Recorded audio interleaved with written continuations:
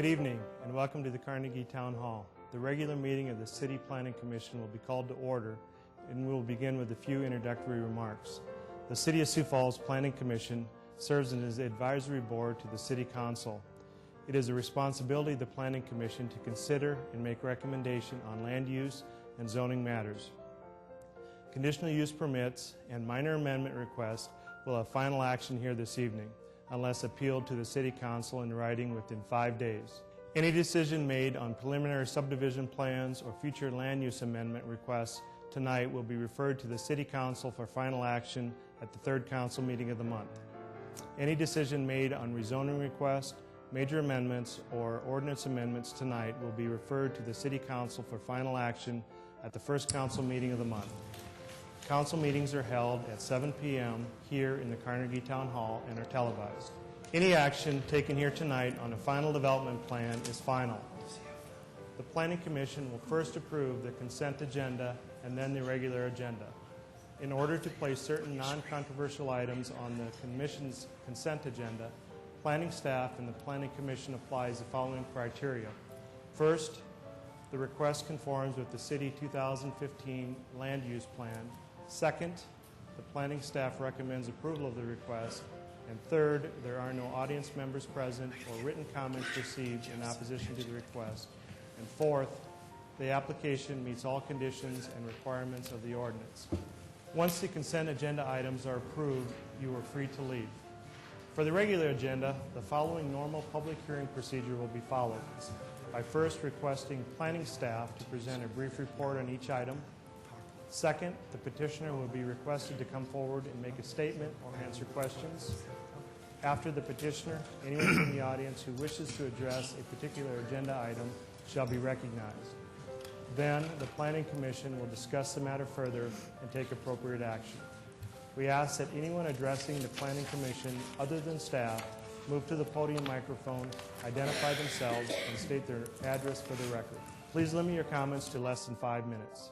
As a courtesy to everyone here tonight, we ask you please either turn off or silence your cell phone and pager. This meeting is being televised on Channel 16 and will be rebroadcast Saturday at 10 a.m., Tuesday at 7 p.m., and Wednesday at 1 a.m. Thank you for your cooperation.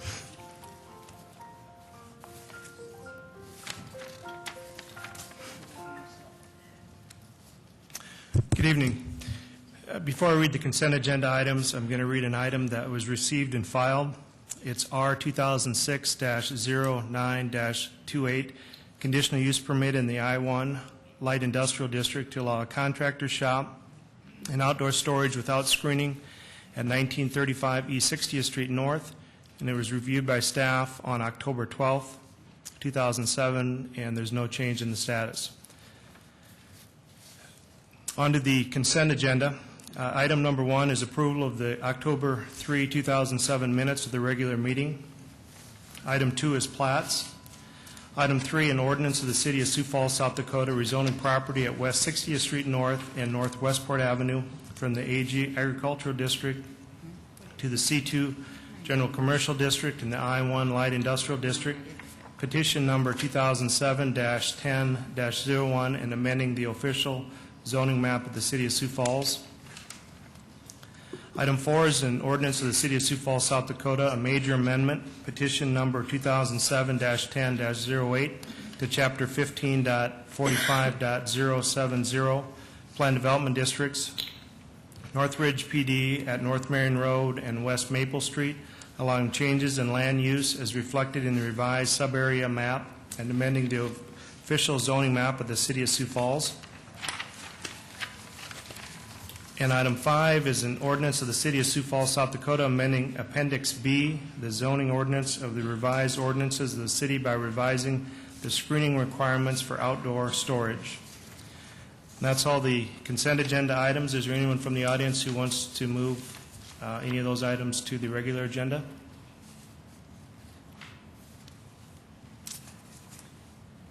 Is there any commissioners that would like to move any of those items to the regular agenda? Okay, if not, is there a motion to approve the consent agenda? Mr. Chair, I would move to approve the consent agenda. I second. All right, there's a motion and a second. All those in favor say aye. Aye. Opposed, same sign. Consent agenda is passed. On the regular agenda, item number 15 has been withdrawn by the applicant, and item 15 is a final development plan in subarea E, Granite Valley Plan Development District, to construct a manufacturing building at East Dyke Road and North Siebert Avenue. Item 15 has been withdrawn. So with that change, is there a motion to approve the revised regular agenda? I'll move for approval of the regular agenda. Motion second. All those in favor say aye. Aye. Opposed, same sign. Regular agenda with the change has been approved. First item on the regular agenda then is item number 6, a resolution amending the future land use map as part of the Sioux Falls 2015 Growth Management Plan, petition number 2007-03-29 at Southeastern Drive and 69th Street, adding the allocation of commercial and single-family residential future land uses. Staff report. Good evening. My name is Steve Randall. I'll be representing staff on this item and others this evening. This is located at the southwest corner of East 69th Street and Southeastern Avenue. The applicant is Ted Toms, and the owner is indicated as the Donahoe Trust. It's a 38.4-acre site, currently agricultural use, and they are proposing to allow future development of residential and commercial land uses. This is one of 3 applications you have in front of you this evening at this intersection, and the intersection is expected to be a major arterial type of intersection in the future, which does allow for commercial development. In each case, the applicant has responded to the questionnaire in the application form, stating that the proposed land uses are consistent with recent recommendations from city planning staff and indicated for approval by planning commissioners in recent past. The scale and architecture will be compatible with neighborhood development, and that city utilities will be available to service the new development. It's contiguous development, which is required for development expansion of the city, and will have little or no impact on adjacent uses as it is located at the edge of the city and contiguous to it. As we expand into the country, especially in agricultural land, we're pretty much free to determine the future land uses as you see fit. The applicant has proposed a mix, including commercial at the intersection, multifamily, office, transitions back into single-family or low-density residential, which would probably be up against future residential developments as new land is annexed into the city. Therefore, there's little impact on the existing utilities and street systems. Staff comments are included in your staff report. We agree with the applicant's analysis of the situation and are recommending approval of the future land use plan at this intersection. We've had no calls on this, and that concludes staff report. Thank you, Steve. Any questions for staff? Okay, thank you. Is the petitioner here, please?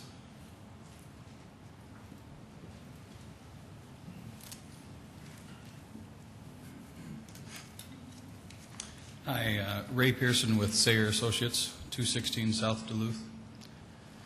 I'm here representing TV Real Estate and Ted Toms, and answer any questions if you guys have any.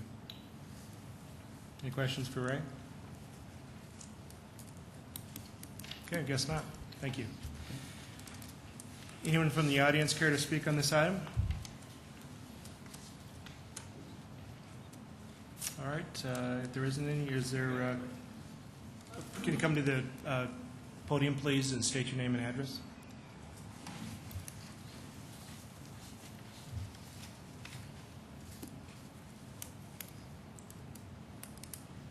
I'm Vic Neild, and I live at, easiest for you people, is 6600 South Cliff Avenue. Fire code number is 26928 South Cliff. That's a township road. Has there been any plan as to what's going to happen to that township road? Because we've had flooding out in that area, and there's a wetland on the north side of the railroad track, and and it goes, floods back down through Sioux Falls Christian, goes all the way down to 85th Street. And, it's basically been a farmland, and the water keeps running. I happen to live on Cliff Avenue, and I got some nice pictures of the floods that we've had out in our front yard, runoff from the athletic complex. Didn't used to happen until we got all this nice grading. So I'm a little concerned about what you're doing on 69th, and just hope there's somebody who's doing some planning. Okay, we're going to let staff respond to that, but before you go, is there any questions for Vic? All right, thank you.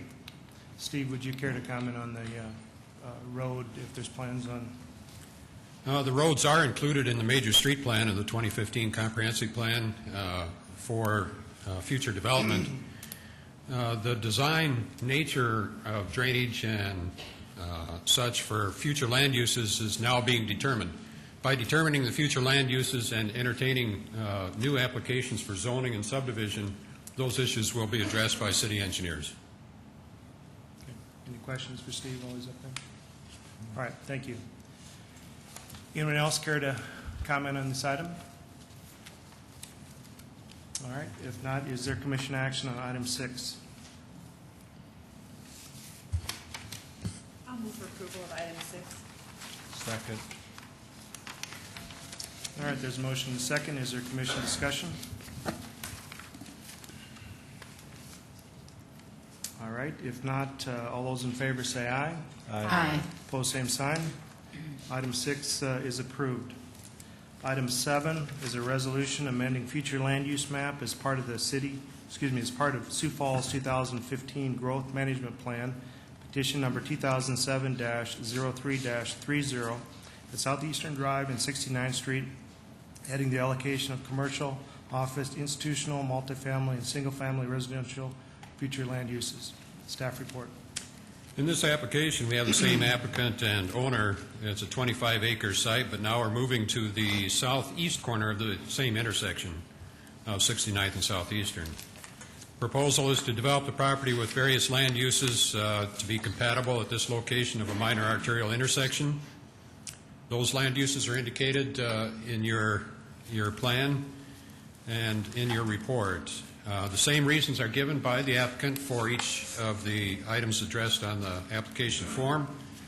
And we have, at the present time, water mains are not adjacent to the site and will have to be extended from the north along Southeastern or from the west along 69th.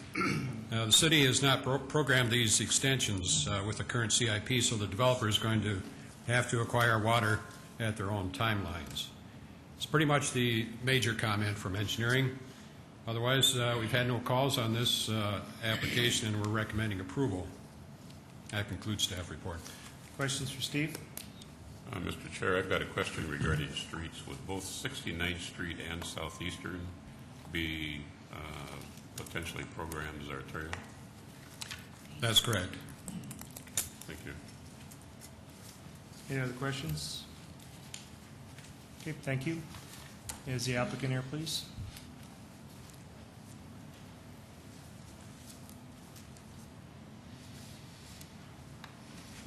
Hi, again, Ray Pearson with Sayer Associates, 216 South Duluth. Any questions for Ray? All right, thank you. Anyone from the audience care to speak on this item?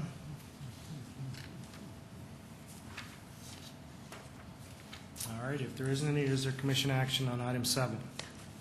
I'll move for approval on item number 7. I second. All right, there's a motion and a second. Is there commission discussion?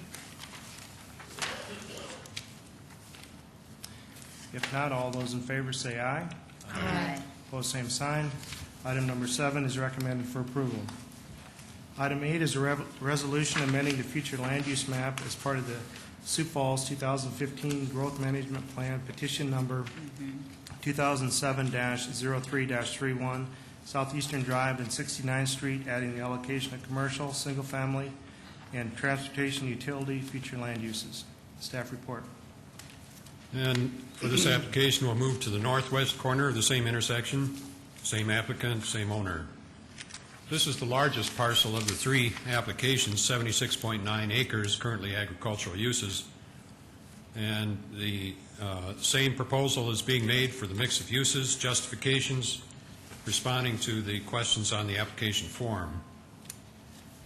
In looking at the availability of sewer and water, we have the same situation as we did on the previous application, that water mains are not presently available to the site, and sanitary sewer is not available to the site.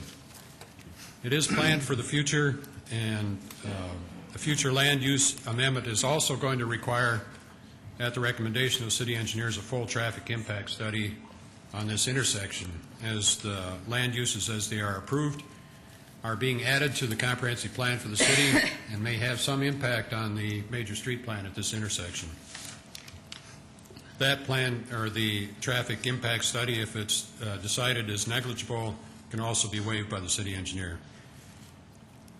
Right-of-way for an overpass is not being shown, and the applicant is aware of this, and that would have to be negotiated as part of the zoning and subdivision plan that would come also before you. We've had no calls, and that concludes staff report. Questions for Steve?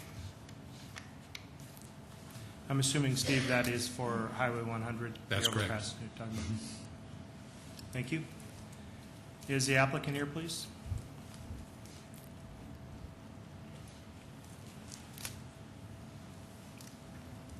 Hi, Ray Pearson, Sayer Associates, 216 South Duluth. One clarification, that is not for the South Dakota 100 right-of-way. The South Dakota 100 right-of-way is actually the red line shown there, so it's a half a mile south of where we're at here. As far as we've been informed, there's plans to have a overpass on 69th Street. We're still awaiting the actual size of land that they're looking for from these two parcels on the north and south. And to answer the sewer question, the sewer is being planned to come from 57th Street through the property to the east, and so that'll be brought up to Southeastern Avenue. And then water is currently being worked on. We don't know when that's going to be placed, or who's going to place it, how that's going to work. So those things are all being worked out at this time. Are there any questions for Ray? Mr. Chair, I was wondering what type of a timeline you're looking at on developing these parcels? That again is still up in the air. They would like to begin development in the beginning of 2008. Again, that depends on how the market's going to be able to withstand it, and then the availability of water and sewer, of course, also. Thank you. Other questions? All right, thank you. Is there anyone from the audience who would care to speak on item number 8?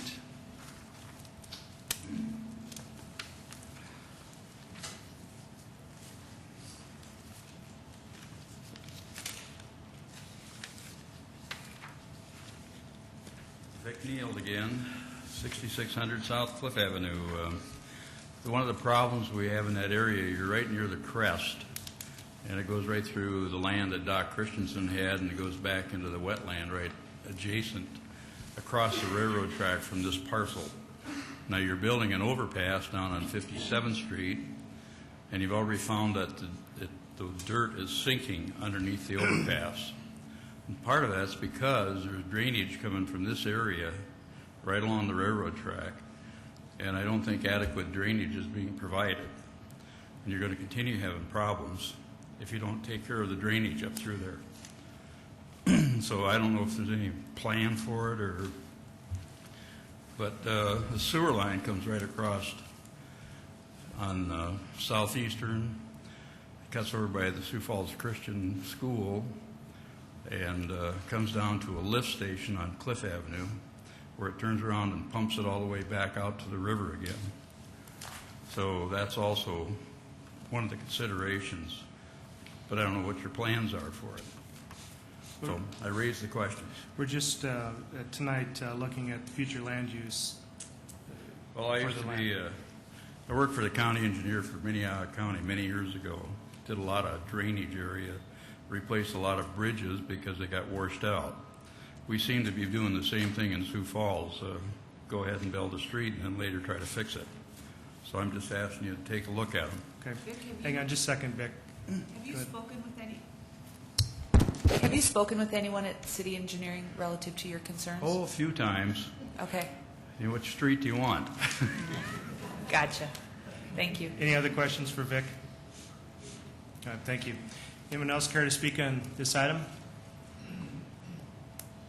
All right, if not, is there commission action on item number 8? I'll move for approval. All right, the motion is second. Is there any commission discussion? All right, all those in favor say aye. Aye. Opposed, same sign. Item 8 is recommended for approval. Item 9 is a resolution amending the future land use map as a part of the City of Sioux Falls 2015 Growth Management Plan, petition number 2007-10-06 at southeast corner of West 69th Street and South Sundowner Avenue, adding an allocation of industrial, economic, commercial, and multifamily residential land uses to the future land use plan. Staff report, please. Well, the applicant and owners are represented by Dan Costello, Sunset Meadows. It's a 126-acre site, and the existing land uses are agricultural and single-family residential. The residential properties are not included in the request for future land use amendment.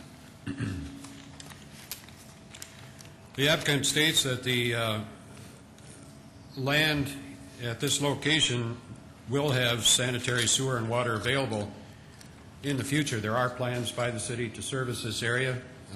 In fact, there's also plans being considered for an overpass of 69th Street on the interstate. At one time, there had been consideration for an interchange with the interstate at this location, but that is no longer being considered. The overpass would change the status of 69th Street to an arterial street, would handle a lot of traffic coming from the east side of town to the west side at this location, and therefore the developer is looking seriously at development of this property on the south side of 69th Street. Because of the high water table, they're not proposing residential development of single-family homes, which in Sioux Falls typically require a basement type of construction. Therefore, they're proposing slab-on-grade economic development, which will include office, commercial, and multifamily. Multifamily, 2- and 3-story probably, without basements. Because of the utility plans to run in 69th Street and because of the change in status of the arterial street on 69th, collector status of Sundowner to the north and arterial status in the future of Sundowner to the south, staff is recommending approval of the proposed changes in land use. And basically, it's 105 acres of economic development with a small parcel set aside for multifamily residential. The main commercial part of this is really a small site, about a 3-acre site located right at the intersection on the corner, and suggests a neighborhood service type facility. The rest of it being made available as a subdivision for economic development, including business and commercial uses, office and such, as a park-like setting. The entire property is pretty much isolated from future land uses to the west and to the south. The city has no plans in their 2015 studies right now to include anything to the west or to the south. So again, it's a fairly isolated site. If the economic market suggests that development is possible for these types of uses, the applicant should indicate that to you this evening, and staff is recommending approval. And we did have one call on that today from somebody who did not indicate whether they were opposed or supportive, and perhaps they're here this evening. That concludes staff report. Any questions for Steve? Steve, do you know if the overpass concept is anywhere in the planning stage? Would that be DOT? It'd be a DOT, yes. Perhaps Jeff knows. Okay. Jeff Schmidt, City Planning. It is in the planning stage. The Department of Transportation and City Engineering have had initial discussions about it. The Department of Transportation has brought out approximately 20 different renditions to the property owners. Actually, I shouldn't say that. I don't know if they've actually shown them to the property owners, but they have looked at them in this area, and we've asked that they continue to consider putting something in at 69th Street. So at this point, it's not in a planned budget? It's not in a budget. It's not allocated. No, it's not. Okay, it's just in the concept stage? Correct. Thank you. All right, is the petitioner here, please?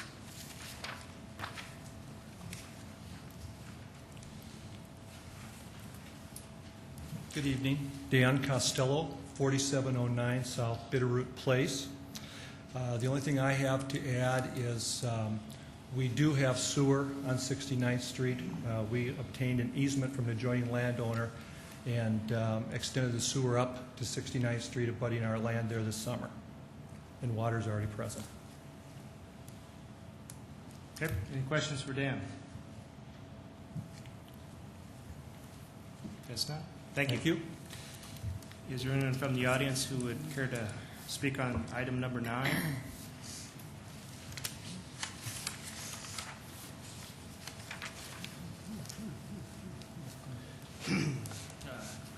My name's Tony Brown. I live at 26983, 500 feet from this property. My neighbor let me know about this showing up tonight. My neighbor's across the street, never got a letter either. So anyway, what I have questions about is I've lived out there for 14 years and I don't have any water in my sump pump, probably one of the driest out there. My neighbors, just ask them, they don't either. So for them telling you it's a wetland, every road that they put in, that diverts water from sitting in the ditches. The T and the Harrisburg exits out there from once you get past basically 69th Street where they're talking is just sporadic buildings all over the place. There's no buffers, there's few houses. You know, where are we going to stop or what are they going to break it up to? And Sundowner is, something needs to be done with that road. The bottom's falling out of it, there's holes everywhere. Are we going to lose the value of our property now and still have to pay for their road? You know, that's my question. What are they going to do with Sundowner? Hang on just a second. Any questions for Tony? Dan, would you like to come up and address some of his concerns? On Okay. the street? City streets don't get improved until they're in the city, and then the city can actually do the improvements. Sundowner's an arterial street, and so the reason Sundowner's never been improved is because it's in Lincoln County, and it's in the county, and the county's not going to improve it until it's in the city. Now that it's going into the city, now we can make the improvements. It's the whole chicken and the egg thing. Until there's development down there, there was no reason for us to put the improvements in. So Do you have any comments on the drainage?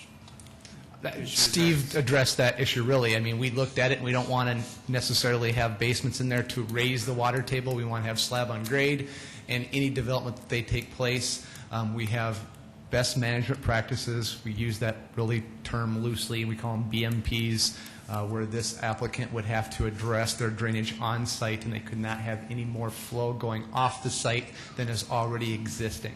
So as a cornfield, as a agricultural field right now, if there's flow going off it, it can continue to go off it, but they can't have any more flow going off it once they construct. Okay. Thank you, Jeffrey. Anyone else care to speak on item 9?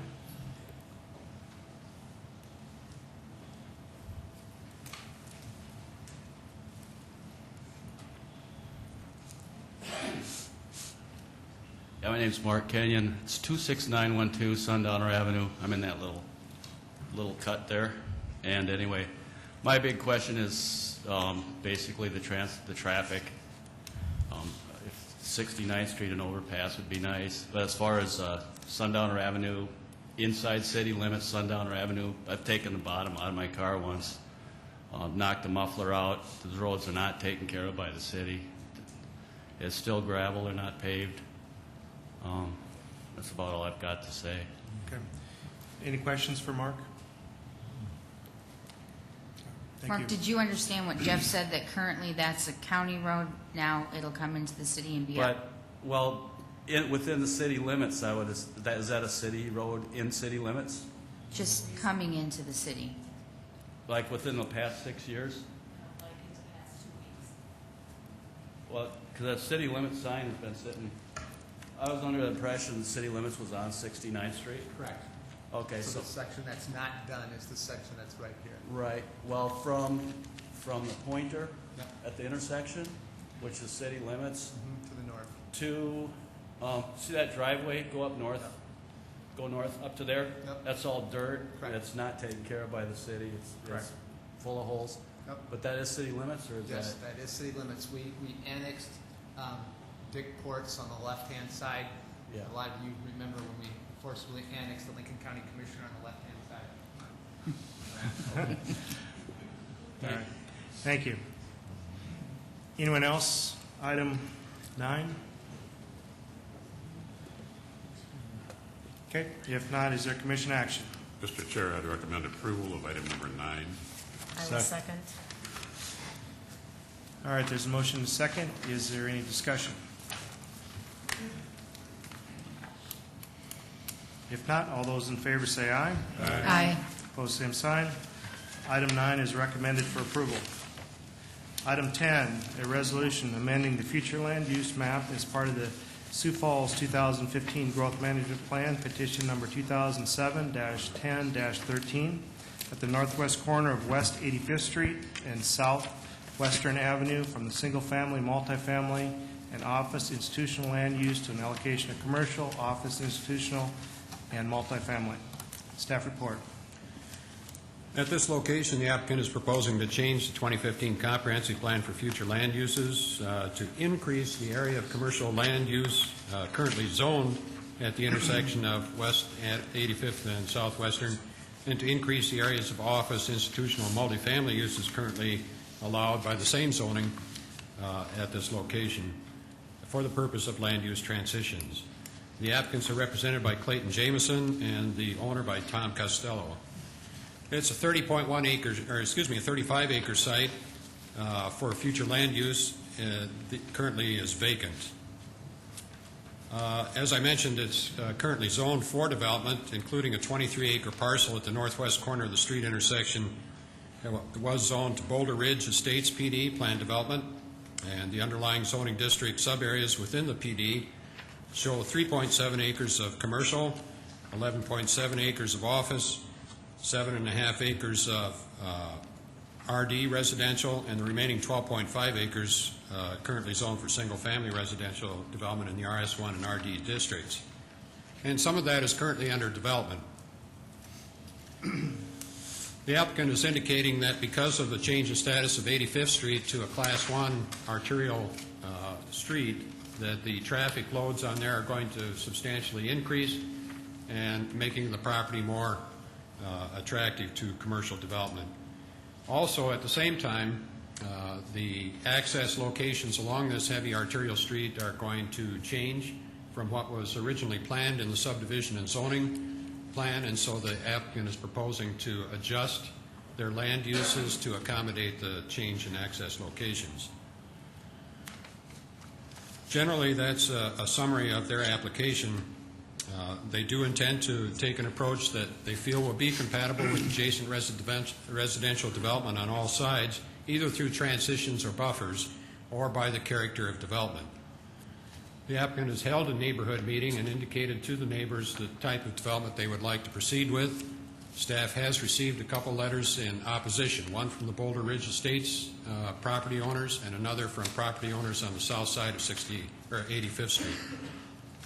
I believe those people who are present are represented here this evening and will be able to present their concerns to you. The applicant is also here this evening and available to present their concept of development for the future. Because of the nature of the intersection, the traffic loads, changes in status of street classification, staff is supporting the application as being consistent with the major street plan and with the goals of the comprehensive plan. And we're recommending approval. That concludes staff report. Questions for Steve? No, thank you. Is the applicant here, please?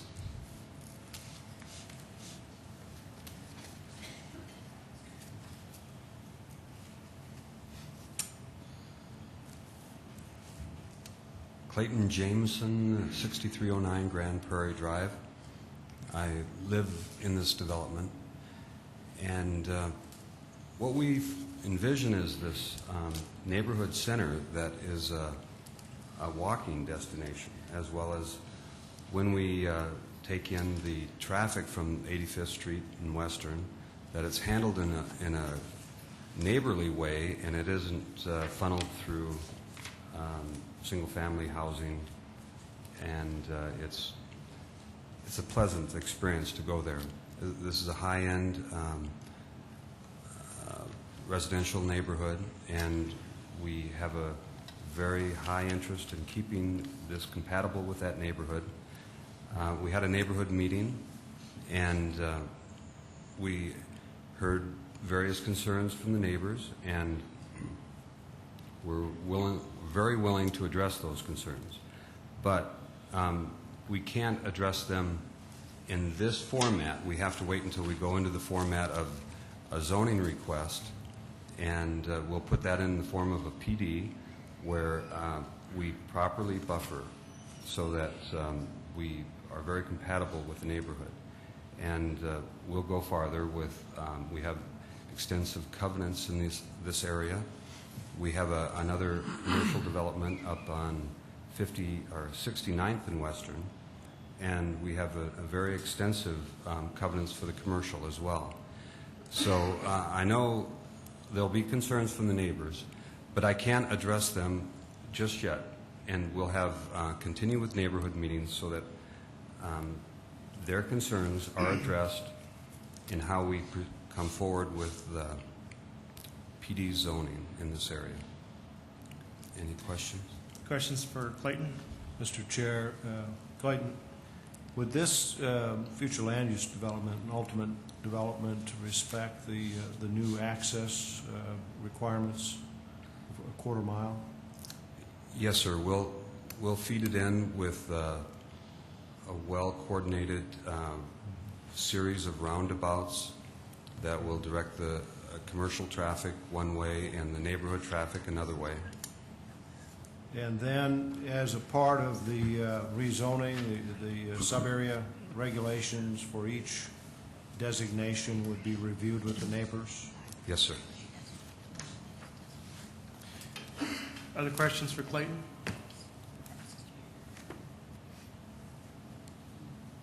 Okay, thank you. Is there anyone here from the audience that would like to speak on item 10?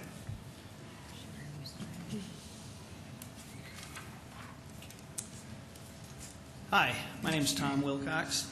My address is 7801 South Windswept Place. So I'm one of the neighbors that borders the land that's up for consideration here. My wife and I own a little more than 5 acres of land. To the north, we have 85th Street, and to the east, we have Windswept Place. And I'm trying, there you go, right there. Nope, just to the west of there, right there. That L-shaped piece of ground that's where our home is. Several months ago, we purchased that piece of land, knowing full well that if you live in Sioux Falls and you bother to come out of the house, you know that this is a vibrant, growing, changing city. We never imagined that 85th would continue to be a quiet gravel road. We fully expect to see, increase in traffic, pavement. We understand all of those things, but we do have a problem with changing the zoning from what it currently is. As you can imagine, 5 acres of land in southwest Sioux Falls within the city limits is not an inexpensive ordeal. Prior to purchasing the land, my wife and I investigated everything before we spent that kind of money. And in that investigation, it became evident to us that the land that we're talking about now had already been rezoned from agricultural to primarily residential. That was a comfort to us.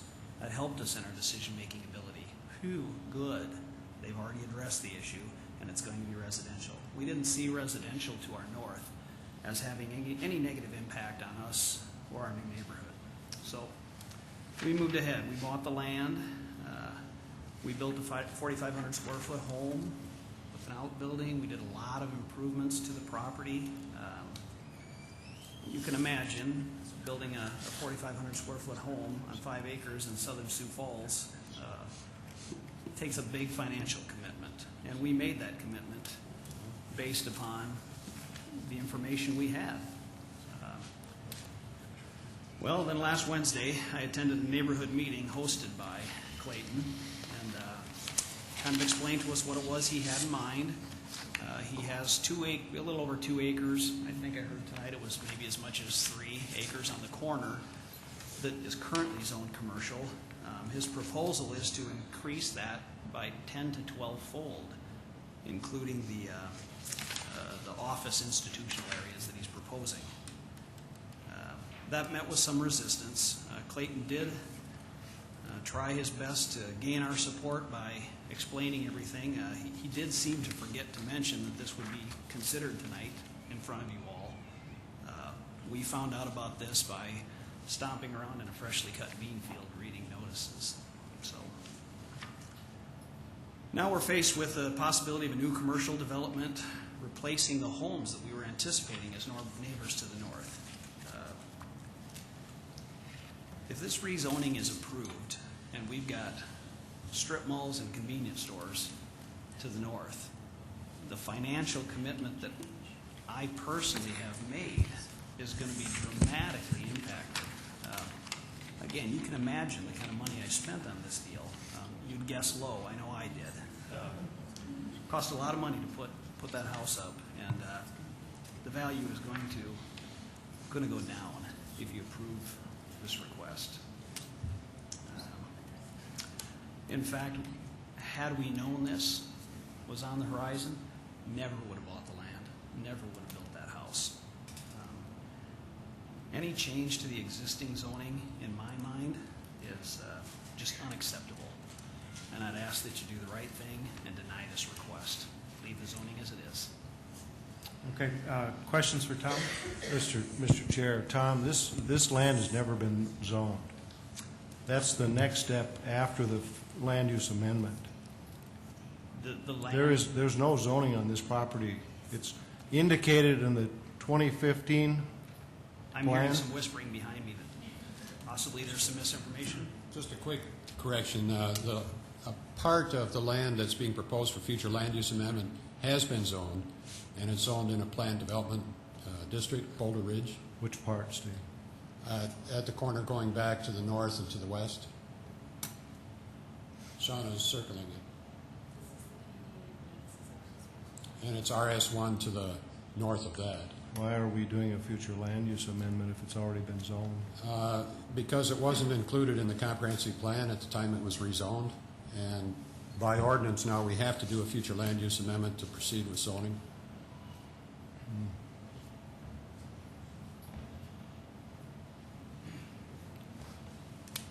Other questions for Tom? Thank you. Anyone else from the audience care to speak on this item?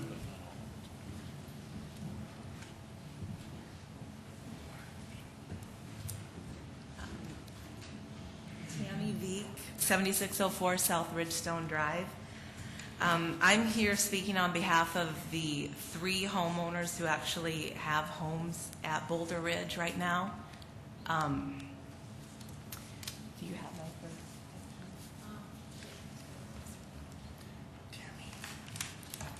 first? Those 3 homeowners are all here today, and I'm speaking because it most directly impacts me. No, that one, black and white. You're speaking on behalf of the 3 on Ridgestone Drive? The Boulder Ridge. They're all on Ridgestone Drive? Mm-hmm. Okay. And we submitted the letter. You have that to look at. Boulder Ridge, this is Boulder Ridge, and that got moved into Prairie Hills sometime in the last year.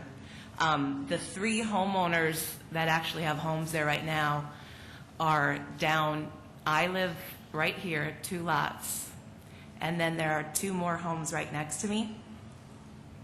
And this is the This is the actual sheet I had when I went to look at my site.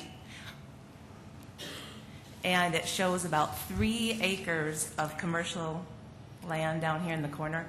And this is what I use to base my decision to build my house.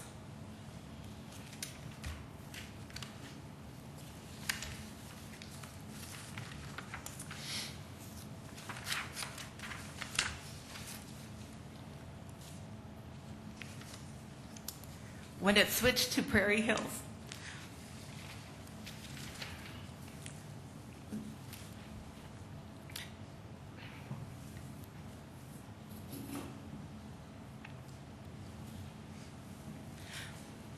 the vision was very similar, although you can see the commercial area was expanded, but there still was a lot of residential area, and I plan to move into a residential setting. Again, my home is located right here on these 2 lots, and then I'll become more visible in a minute.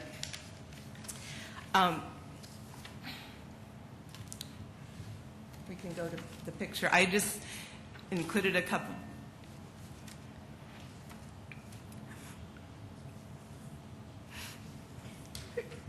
Pictures of my home.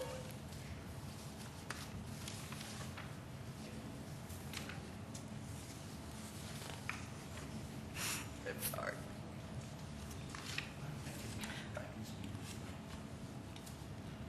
My name is Nick Gusso. I live at 7600 South Ridgestone Drive, 2 houses down from Tammy.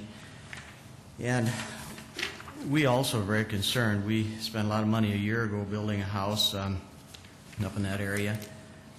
We were invited to the meeting a week ago last night and heard some discussion about maybe January there being some zoning considerations, and 2 days later we saw signs around their property, so we knew it was a little faster than that. Clayton Jameson lives about a mile north of this. He doesn't live in this particular area. Lives about a mile north. But we're very concerned, and I think Tammy is more concerned in the fact that she would be right next door to a part of an office institutional building. We feel like approximately 3 acres is enough. To go to 16 acres is way overkill. So I guess that's, you got the letters in front of you and so forth, and other pictures or whatever. I could answer questions. Okay. Thank you. Is there any questions for Nick or Tammy?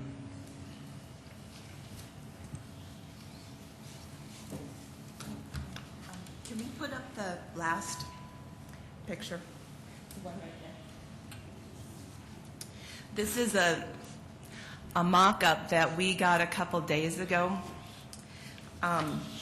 showing this area. This is Boulder Ridge here again.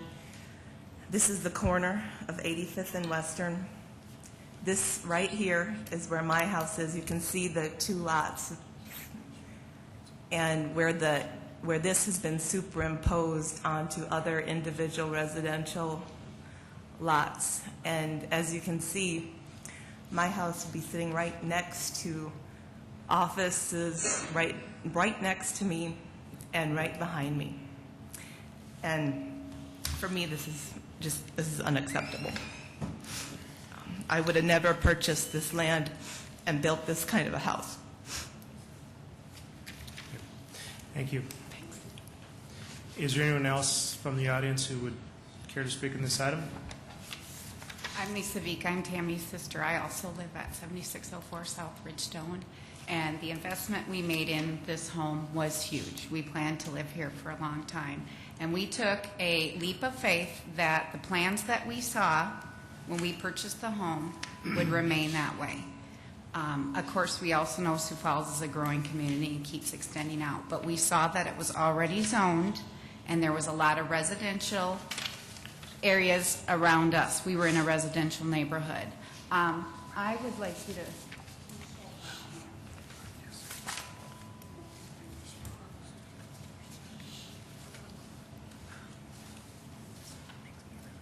This brochure is still available for people to come into the neighborhood. They have a large board in our neighborhood showing the current zoning up there, the orange, that is the commercial, and I picked up the last brochure just this past Sunday. So I believe that people who are coming into that neighborhood looking to buy lots are still getting misinformation, because this is what they're presenting it as, a residential area with very little commercial. Thank you. Any questions for Lisa? Okay, thank you. Is there one more?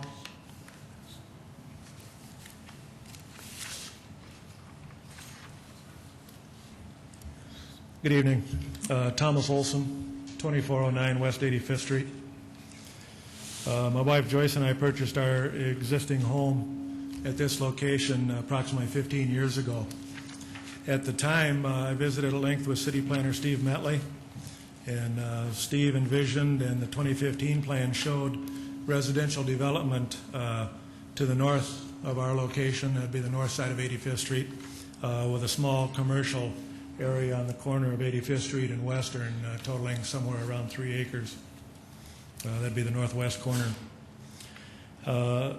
As the city growth began, which we anticipated and knew was coming, my wife and I explored the potential. Let me back up briefly. We put our home on the market about 2 to 3 years ago. During the course of time that the house was on the market, working with a realtor, we explored the possibility of whether or not our property would have a potential to go commercial. We were assured that that was not suitable due to the 2015 plan and due to the fact that commercial at that location would be totally incompatible with the existing residential development in the area, both planned to the north and the existing rural homes around us. We eventually elected to stay at this location due in large part to the current residential plans of what is shown there as the Boulder Ridge development on the north side of 85th Street. My wife and I are likely the most adversely affected residents of this entire proposal, possibly with Tammy Vick being right in that situation as well. If we could show that, Steve, that top one there with the green.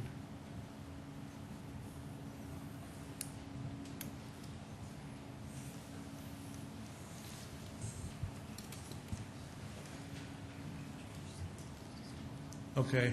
On this one, if you'll take a look at that, just to the left as you look at that where it shows 85th Street, you'll notice the words possible gas station. If you draw a pencil line straight south, a grand total of about 75 feet, you'll be on my property. So what has been our country home for 15 years will have a great view of a possible gas station, among other things, if this were to proceed forward. It's our opinion that a gas station and associated commercial development encompassing the area proposed is just totally inappropriate to the neighborhood. It's going to adversely affect existing adjacent landowners and is not in keeping with various subsections of the 2015 plan. Now, as just a bit of an aside and a different view on this, I retired in 2004 after 25 years with the Sioux Falls Police Department. When I retired, I was Detective Division Commander. I was the Patrol Division Commander for 6 years prior to that. My observation is that large commercial areas bring activities not compatible with adjacent rural residential or upscale residential neighborhoods. This is going to bring in even heavier traffic than what we're already anticipating at all hours of the day and night. It's going to bring in loud cars, loud music, other noise, alcohol sales, thefts, loitering, and all those associated activities we see in commercial areas. 2 to 3 years ago, the neighborhood addressed issues with a residential development on the northeast corner of 85th and Western. Our concern there was due largely to too much residential density. After a series of meetings such as this, the city council eventually agreed with us. The plan was scaled back until such time it was compatible with the existing neighborhood, and we all reached a suitable plan with the developer. I would simply ask that the Planning Commission closely follow the city's own 2015 plan, consider the adverse economic and lifestyle impact the changes requested would have on this neighborhood, and leave the plan as it exists. Thank you. Any questions for Thomas? Okay, thank you. Jeffrey. Thank you. Jeffrey Schmidt from Planning Staff. I'll try to represent planning staff and address a lot of these comments that just came up. We can probably use the exhibits that the ladies brought in.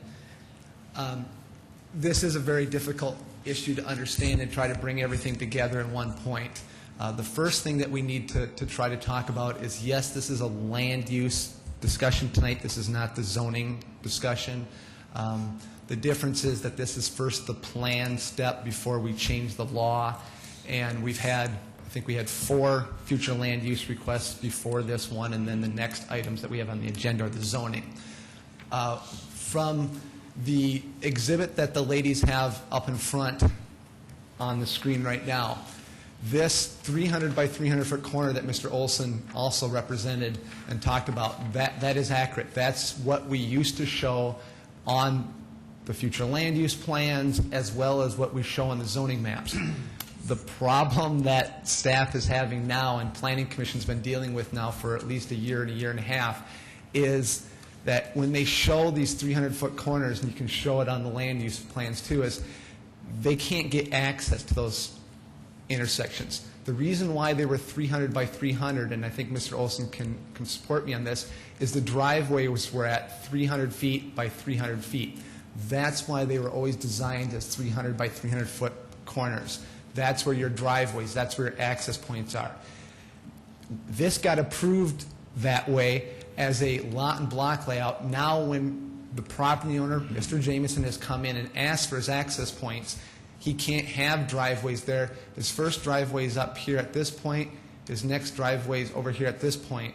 So he has to come down to 85th Street, drive in here, and funnel all of his traffic back here to this point. So at that point, we keep the same growth management concepts, the same philosophies that we've always had, is if your first access point is here and your first access point is here, this is where your commercial non-residential is from this access point to that access point. And that's what you've seen on all the ones that you've seen tonight that have gone before you, is where is the driveway, where is it at, and where is it going to be. And the reason that Mr. Olson wasn't allowed commercial on this side of the street is because his first driveway is right here at Windswept Place. Back to the east, back to the corner, this is where the commercial could be, and his property's over here with Mr. Wilcox. So to the west is where you have to transition. You have to transition back to the west, back to the other direction, back towards the intersections where you do non-residential. The other thing that this really gets difficult, and I've been talking to Planning Commission about this, is this is not going to be all commercial. You'll see a major amendment, a rezoning request in the next couple items where you'll see the plan development where they'll come in and say it is limited to mixed use. It will be a transition of apartments and office and commercial development. We have to show it at this point as red and commercial, but it will not be. When he brings in his PD, when his plan development comes in, it will be similar to others that you see on the agenda tonight, and it will have to be a diversified development and show transitions back. I definitely think we need to hear from the neighbors tonight. We have to look at how do we transition between non-residential and that single family. That has to be taken into consideration. But is it at the future land use today, or do we do it at the zoning? Questions for staff? Jeff, I have a question for you. I think one of the pieces that makes me uncomfortable looking at it, just in this sort of broad stroke, is the southwest corner that we're showing as office institutional, and why we're showing the land use in that respect, and why we can't bring multifamily residential weaving through that to 85th Street. On the southwest corner, why we're showing the the blue, the office institutional, right in this, that Correct. piece right there. That piece makes me a little uncomfortable. Correct. And so what would be the reason that we wouldn't do That- multifamily residential all the way through? You could turn that, yes. And when it comes into zoning or Because you from- can get access, you can still get access to a Correct. multifamily residential piece. Very similar to what you have to the north up here, where it's single family on the north side of it, and when you turn in back towards the intersection is where the break should be. So you could do that same thing at this point. And again, this is the corner that Mr. Olson was referring to before, and you can see that land use was never built that way, where you have a 300-foot corner and then the apartment buffer. You couldn't bring it back towards the corner. You bring up good points on that one. Because at this stage, we could sort of guide that discussion. Yes, ma'am. Mr. Chair, Jeff, is there any chance that you could have Steve show us the, on the other map, the boundaries of the existing PD? The existing PD won't show up well because there's your zoning. That is the zoning map, and it shows up, PDs show up as gray because they're planned development districts. If you want to look at the initial development plan or the plan development, the preliminary plan, that's kind of the exhibit that the ladies brought forward, as well as this one right here. This is the lot and block layout, and we can kind of point out where the zoning's at. It's office to the north here, it's commercial here. I think this was RD, multifamily zoning here, and then this was single family. And again, here's the first access point, and here's the first access point. So really what can be discussed or not is the area here, and what Anita just brought up is, well, what do you want to do with these lots over here? And then I believe your lots are back over here, which definitely could get a better transition. I mean, just understanding how we like to transition through spaces, I just, people would maybe feel more comfortable if we Yep. guided that discussion at this level with, so that would be understood. Correct.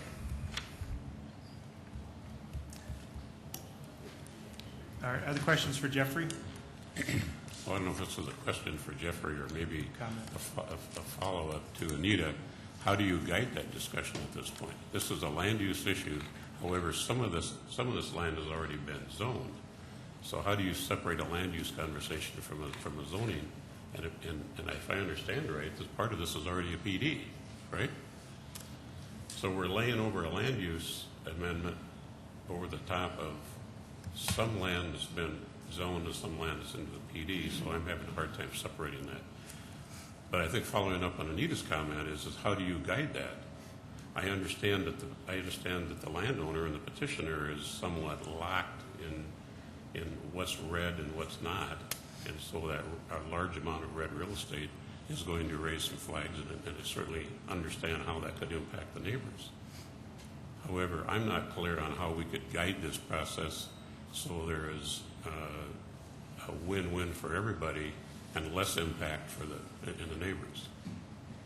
And staff says we can't do anything about that because we don't have the zoning ordinances to accommodate that. So I'm struggling as to how we could, before we even move forward with the rest of this, how do we protect the neighbors that have gone in there with good faith and built homes? And if we approve this, we're approving everything that's in red. Kind of. Anita, do you have a comment on how you were planning to? Defining how, I would have said it already. Well, I apologize if I tried to complicate the thing, but this is a No. complicated issue. Right, right. Ordinarily, Mr. Chair, if it's PD and it's already zoned, you'd almost anticipate this being a major amendment. Correct. And so I'm confused, I guess, at why we're hearing this as a land use amendment, not a major amendment to a PD. But you could certainly make the neighbors all happy by making it all color of residential. Probably wouldn't make the developer very happy. All right, we're going to close public testimony, but if you can quickly My name is Bill Linker. I live at 7602 South Ridgestone, and I just want to point out a couple items.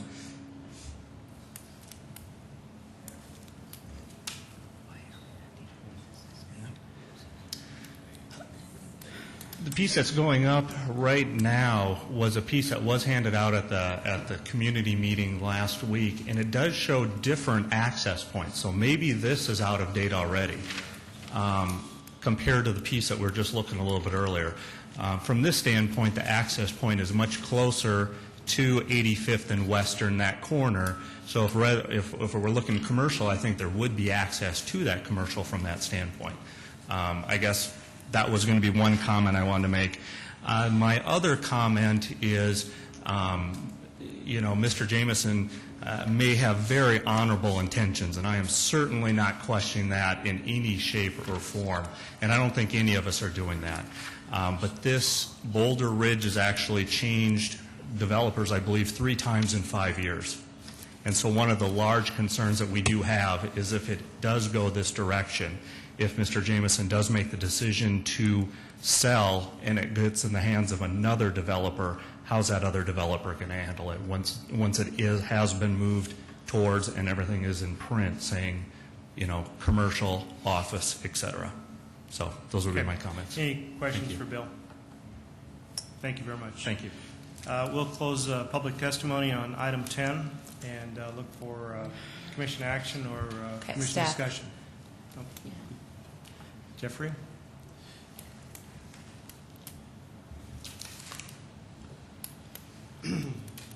Yes, ma'am. Jeff, can you help us understand why we're dealing with this as a future land use amendment versus 1 or 2 other processes? Yes. Yeah. Okay. The future land use amendment started about 1.5 years, 2 years ago. And we have one of our kind of co-authors here, Kevin Gallo, still here.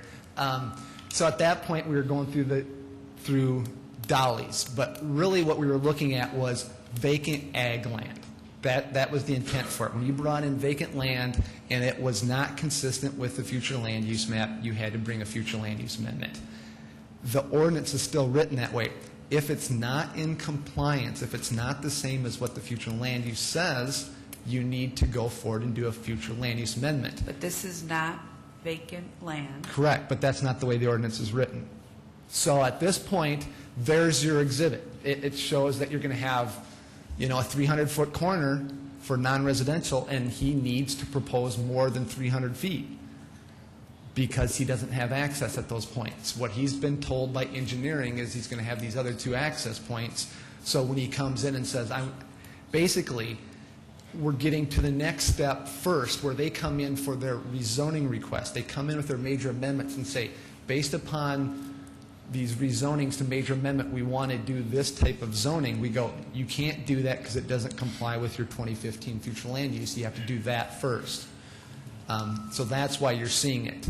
Back to Dave and yours, a question on, can you lead this? Yes, at this point you can make recommendations on, we'll support a future land use, but it's only going to be non-residential on the inside and it's going to be single family on the outside. You can make suggestions to the applicant to meet with the neighbors and look at transitions, and the suggestions you want to see are, you can tell staff to do some things.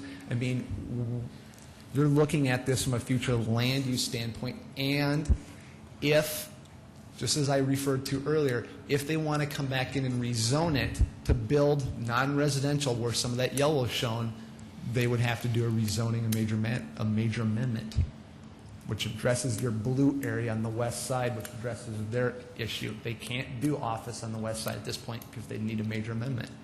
That has to come before this body. Right, but if we approve this future land use plan, in a sense, we've said we see that intent's going to be office and we're okay with that. And I think that what's very clear here tonight is that that's one piece of the equation that nobody's comfortable with. Then that's where you go back to Dave. That's where you're leading that discussion right now.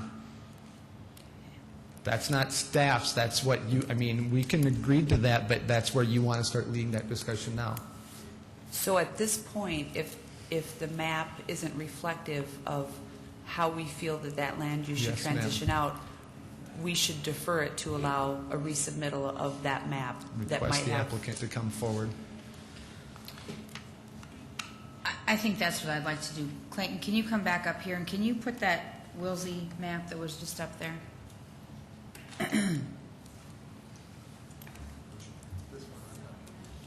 It's right there. Clayton, they got that evidently at your public meeting? Yes. Okay. I completely understand what he says. That doesn't appear to coincide with, number one, we don't have it here in our materials. And it does show access at that 300-foot point there, which you no longer have. Well, this is all kind of an ongoing process, and what we've been told by engineering is that possibly a right-in, right-out is what we could get in that spot, but that would be the limit. There would be absolutely no chance of anything on 85th Street, and that they could come back and just limit it to right-in, right-out when a medium goes in at Western. So there would be no chance of having any kind of adequate access for commercial uses. And then you'd be forced to have the commercial traffic come in past single family. So it would Or be very, multifamily. Or multifamily. or multifamily. And so multifamily is more acceptable because it's more contained. But do you understand what Anita's saying down here at this lower roundabout area? You show that as all office institutional and no multifamily, and backing right up against this residential. And again, the exact same thing on the north side of this drawing. I certainly think that with the concerns and the number of concerns with the neighbors and the height of their obvious concerns, Yes. I think there needs to be a lot more conversation.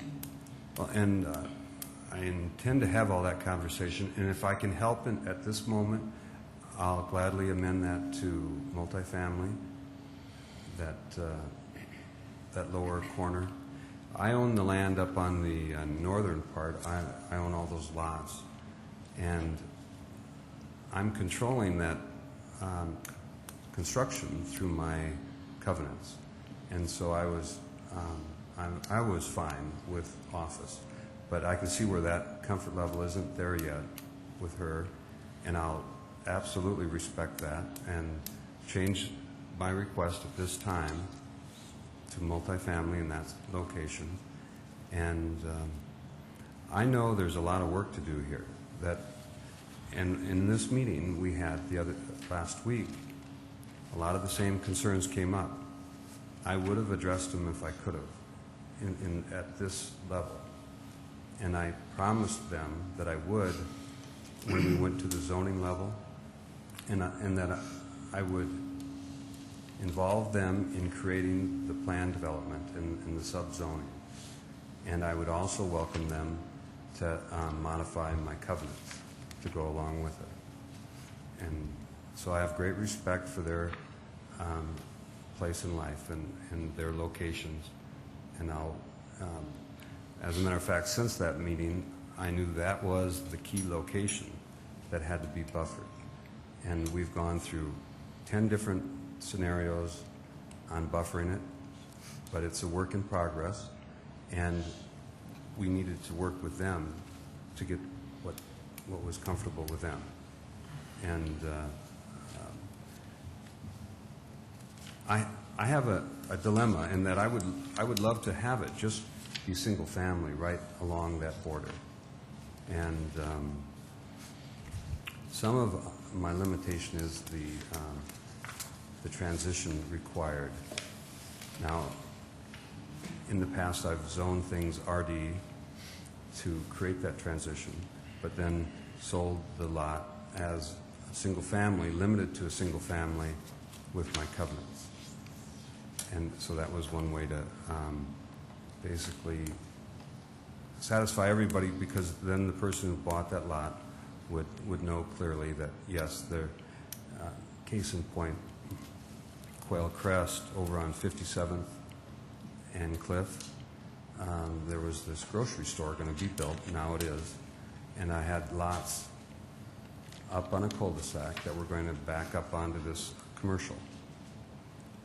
And so it was zoned RD, and I limited it to single family so that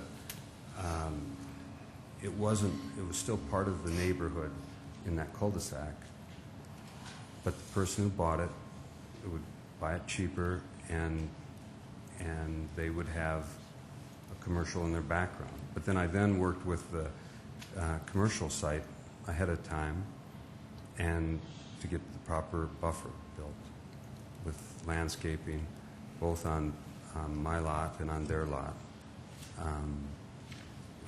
Yes, absolutely. This is very key to not hurt their property. So I'll do the best I can with the tools I have. All right, are there any other questions or comments for Clayton? Thank you. Satisfied? All right, thank you, Clayton. All right, we need to move on, so I will look for commission action on item 10. Mr. Chairman, I would recommend a deferral on this item. I think there are too many moving parts in this project. I think there's too many unanswered questions. I think the petitioner needs to, and the developer needs to work closely with the neighbors, satisfy their concerns. I understand this is a land use issue. This is not a zoning issue, but I'm struggling supporting this with the amount of commercial and the amount of impact that this corner has grown into. So I would make a motion to defer this probably for 30 to 60 days for them to have further discussion. Which one would your motion be, 30 or 60? 60. I would second that. There's a motion and a second to defer item 10 for 60 days. Is there commission discussion? Mr. Chair, I respect the notion that we do this in multiple steps. Typically, you do the land use amendment, you do the rezone, you do the subdivision planning, but in this case, I agree with Dave that there are a lot of moving parts, and I think that this is a case where the only way that the neighbors will ever become comfortable with what development might occur at this corner is if they see a drawing that they can all agree to.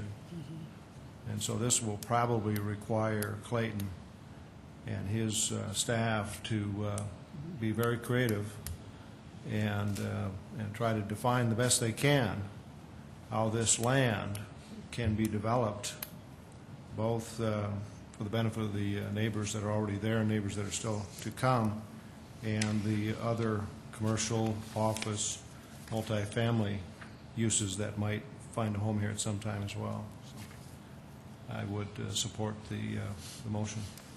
Any other discussion?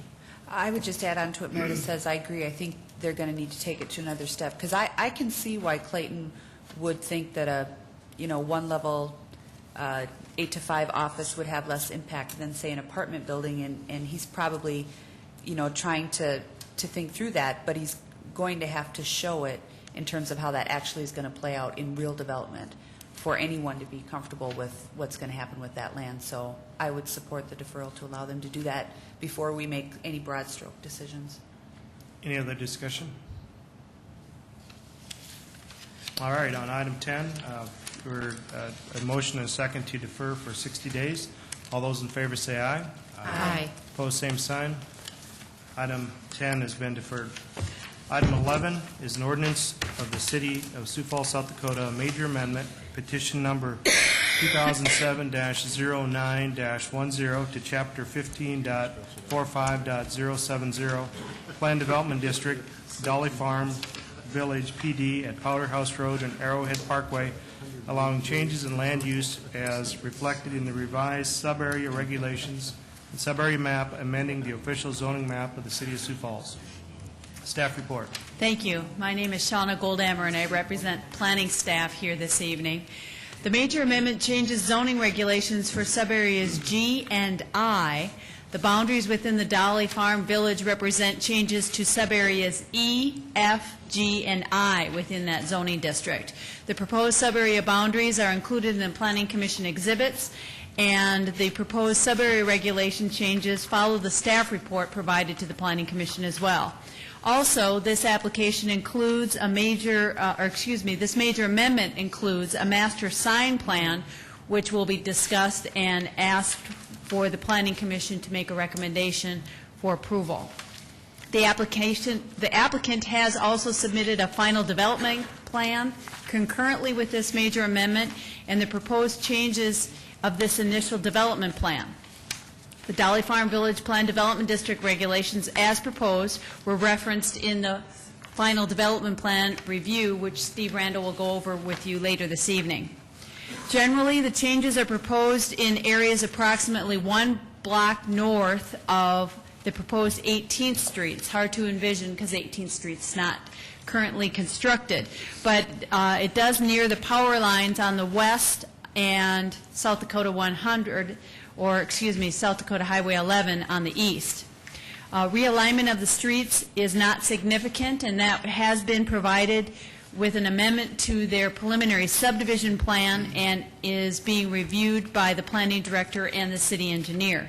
The realignment of that street does not require a public hearing in and of itself. A new initial development plan has been provided, and staff has prepared an exhibit to depict the change. If you want to go up one slide, Steve. Here is the current development plan as it is approved in the initial development plan. Now, if you could go down one slide, please. The proposal is to do something just a little bit different, and you can see the change as it faded into the alignment of the street and also a little bit different construction style of the building. The revised subarea regulations include provisions to allow parking to be shared in areas through cross easements. The intent is to allow the total number of parking to exceed the minimum standards for the development as a whole. However, internal lots, due to platted property lines, may be required to have parking off its site, but generally as a whole, there will be at least the minimum amount of parking stalls. The applicant did hold a neighborhood meeting, which was well attended. The applicant submitted copies of 9 sign-in sheets of names of people who did attend that meeting. The applicant is here to report any concerns and input that was received at that neighborhood meeting. This major amendment reflects a slight decrease in office subareas and an increase in the Central Greenway. Subareas F and G are both commercial subareas, and they're being changed based on a new street pattern. Staff finds that necessary information describing the nature of the request has been provided, and because the application allows fine-tuning of land uses and infrastructure and offers a solid master plan, staff does recommend approval of the major amendment. And if you would like to go over the master sign plan, we could do that as well. Master sign plan is depicted in subareas G and portions of subarea I. The master sign plan includes addressing sign area, sign height, and sign spacing. And the master sign plan also includes a sheet which indicates the locations of the signs. And I apologize, it's on 8.5 by 11, but 11 by 17, so it doesn't quite fit all on the screen, but the sign plan does indicate where the locations of those signs are, and I'd be happy to answer any questions regarding the changes in the zoning regulations for the major amendment or the master sign plan that's being requested for approval. But staff does recommend approval of both items before you on this item number 11. All right, thank you, Shauna. Any questions? Mr. Chair, Shauna, or maybe this drawing solved it. We didn't lose the little linear park No, actually, it was just reconfigured, I think, without the...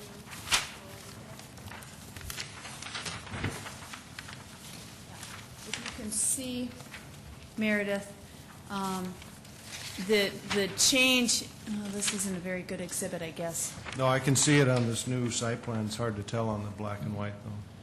I just want to make sure we didn't lose the little linear part. No, and actually, what they did is kind of shifted things around, but the net gain, there is an actual net gain of open space through, and mostly through stormwater detention. Any other questions for Shauna? Okay, thank you. Is the applicant here, please? Good evening. My name is Dick Dempster, 415 South Main. I'm speaking on behalf of the petitioner, Opus Northwest in Minneapolis. We have two gentlemen in the first row from Opus tonight. First, Pat Dady, who is Vice President, Design Build Management Services, and Hans Rasmussen, Senior Director, Real Estate Development.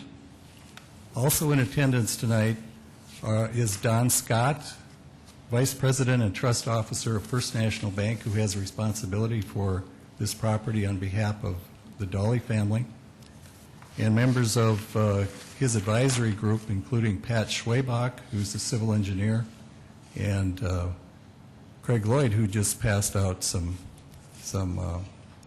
illustrations for you. And we know the Dolly family is watching on TV.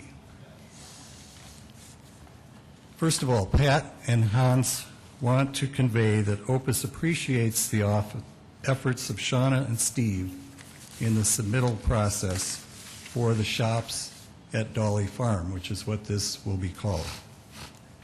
There are many items to address in a large development such as this, and as the staff report indicates with the recommendation for approval, the items have been addressed to everyone's satisfaction.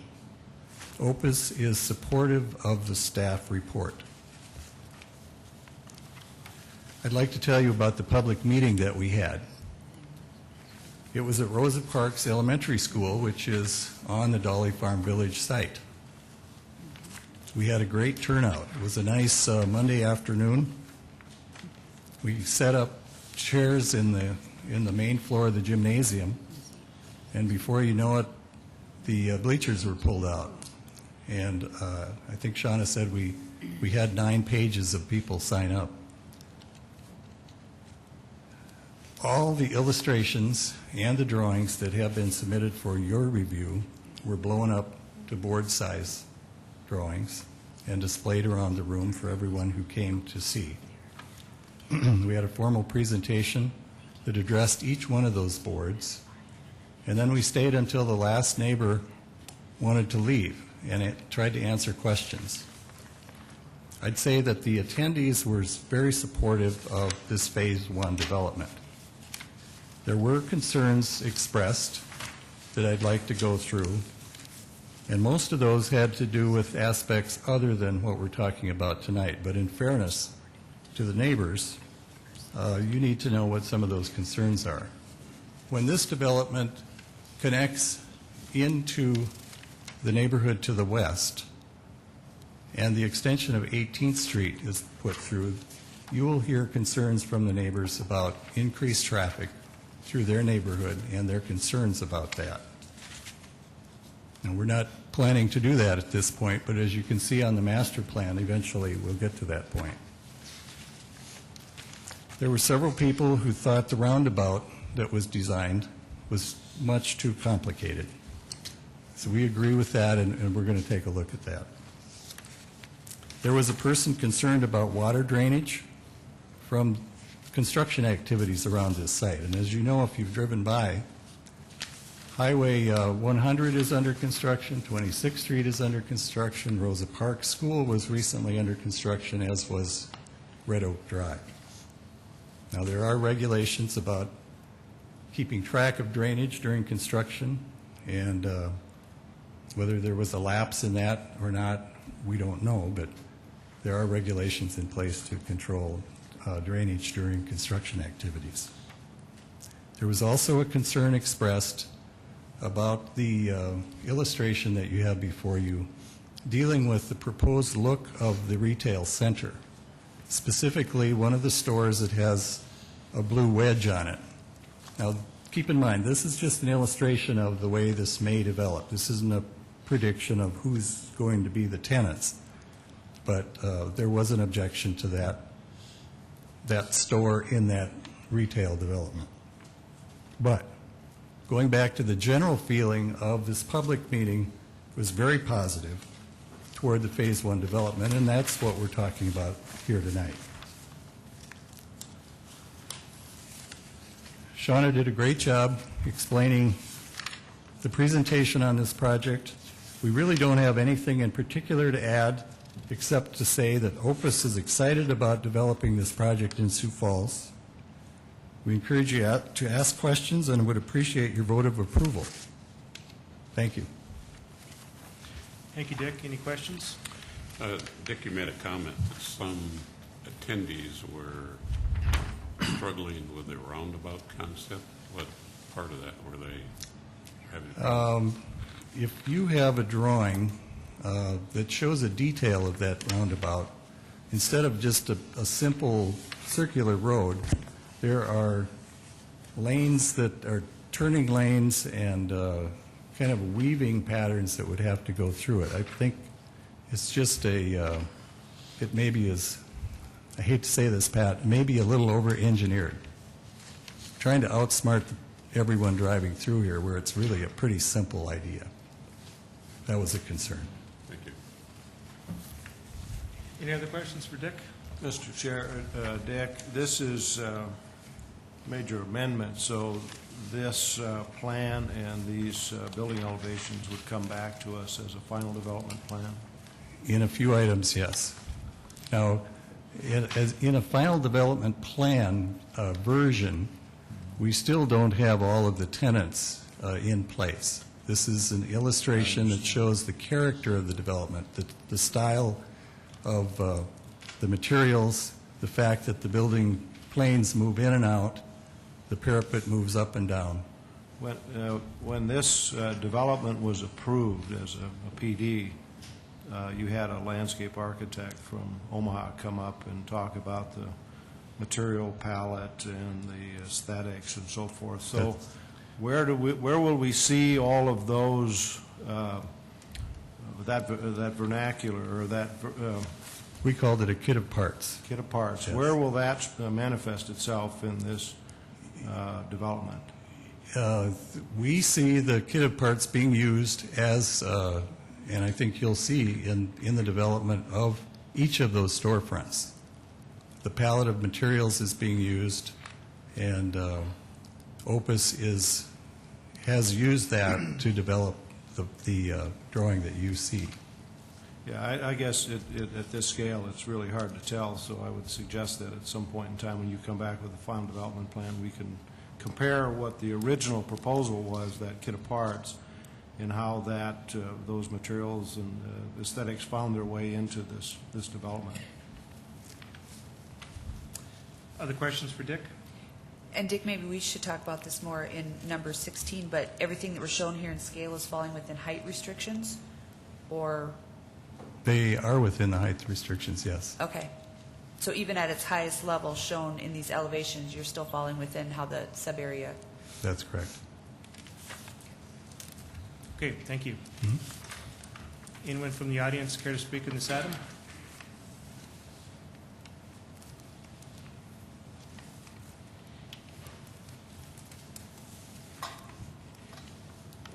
Good evening, Kevin Gallo. I live in Split Rock Heights, which is the residential rural area to the east of the Dolly Farm Village. Kevin, what is your address? 6910 East Split Rock Circle. And as mentioned by Mr. Dempster, I would guess there is probably 100 to 150 individuals at the meeting he discussed that was held as an open house. And generally, as far as the people I've talked to and will represent later, we're pretty much in agreement that the changes proposed that you see in this particular item we have no major concerns. We'll address those later for the other. Okay, and are you speaking on behalf of the development? At least a dozen people in my particular neighborhood that were there that I communicated with, had the time to communicate at the meeting as well as after the meeting. Okay. Any questions for Kevin? All right, thank you. Anyone else care to speak on item 11? All right, is there commission action? I'll move for approval of item 11. Second. There's a motion and a second. Any commission discussion?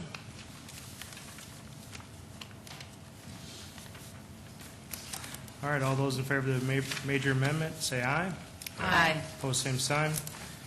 Item 11 is recommended for approval. Item 12, an ordinance of the City of Sioux Falls, South Dakota, rezoning property at West Benson Road and North Marion Road from the AG Agriculture District to the RS2 Residential District, RD Residential, RA1 Residential, O General Office, and the Hazeltine Plan Development District. Petition number 2007-10-05, and amending the official zoning map of the City of Sioux Falls. Staff report. Thank you. The applicant is proposing to zone and develop 160 acres of land based on the subdivision plan provided, which will be reviewed separately later this evening. There are 48.6 acres of single-family residential in the RS2 residential district, 24.4 acres of low to moderate density residential in the RD residential district, 15.5 acres in the O General Office District, and 23.8 acres of medium-density residential in the RA1 residential district, and 40.8 acres of mixed land uses in the Hazelton Plan Development District. The parcels will follow the traditional zoning districts and a plan development district. The Hazelton Plan Development District regulations follow the staff report.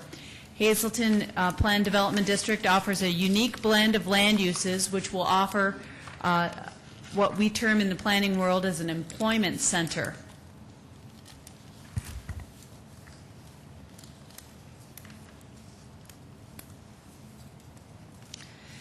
Staff has noted that the applicant has indicated an initial development plan will be provided with a first final development plan within that plan development district. The applicant, in working with staff, is proposing zoning regulations which offer a mix of land uses in the context of an employment center. The phasing plan is proposed to be market-driven. The proposed maximum density of the development is not to exceed the density allowed in a traditional zoning district. The initial development plan will reflect the design characteristics, including lot and block layout, common ground, and street patterns. The applicant has indicated concern for future land uses, has indicated concern for future land uses and will offer transitional land uses within the planned development district and traditional zoning districts.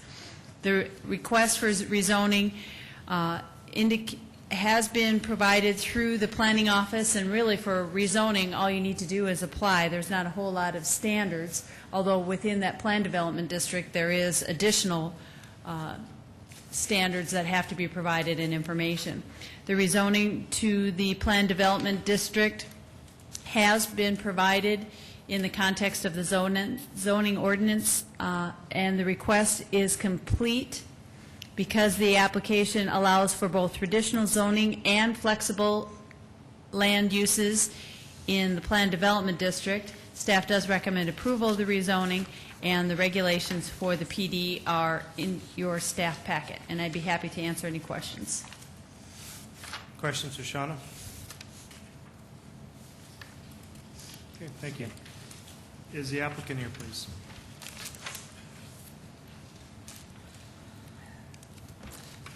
Good evening, Steve Van Buskirk, 5101 South Nevada.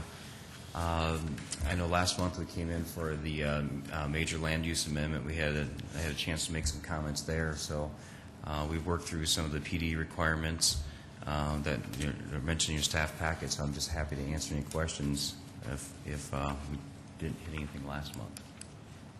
Any questions for Steve? Okay, thank you. Anyone from the audience care to speak on this item?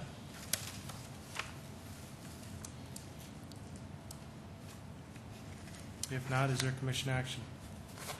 I'll move for approval of item 12. I'll second. All right, there's a motion and a second. Is there commission discussion? All right, on item 12, all those in favor say aye. Aye. Opposed, same sign. Item 12 is recommended for approval. Item 13 is a conditional use permit in the C2 General Commercial District for motor vehicle repair at 1400 North Minnesota Avenue. Staff report. Thank you.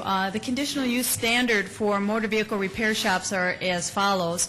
Motor vehicle repair shops shall provide an adequate number of parking spaces to store the cars and shall provide areas for storage of parts and/or materials which shall be screened from view. This site is located at Minnesota Avenue and Russell Street. The location, the applicant has provided a site plan indicating parking lots, which has designated stalls and aisles. Staff does note that the site is currently not striped, so the parking plan should be striped and visible on the site.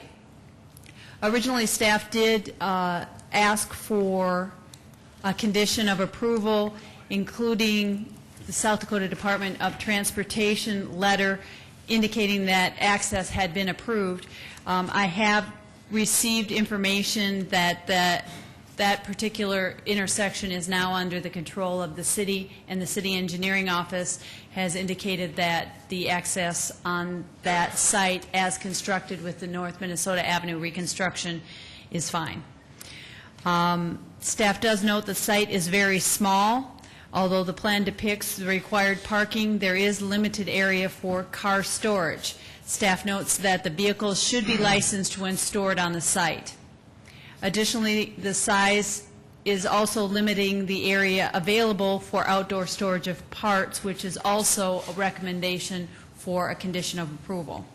Because the application has provided clarity to indicate the location, nature, and extent of the work proposed, and requires a complete plan check by zoning and building services prior to obtaining a building permit, staff does recommend approval with 3 conditions. First, that the site is restriped to reflect the approved parking plan. Second, that outdoor or vehicles stored on the site must be licensed. And third, that outdoor storage of parts is prohibited. And that concludes staff report. Questions for Shauna? Okay, thank you. Is the applicant here, please?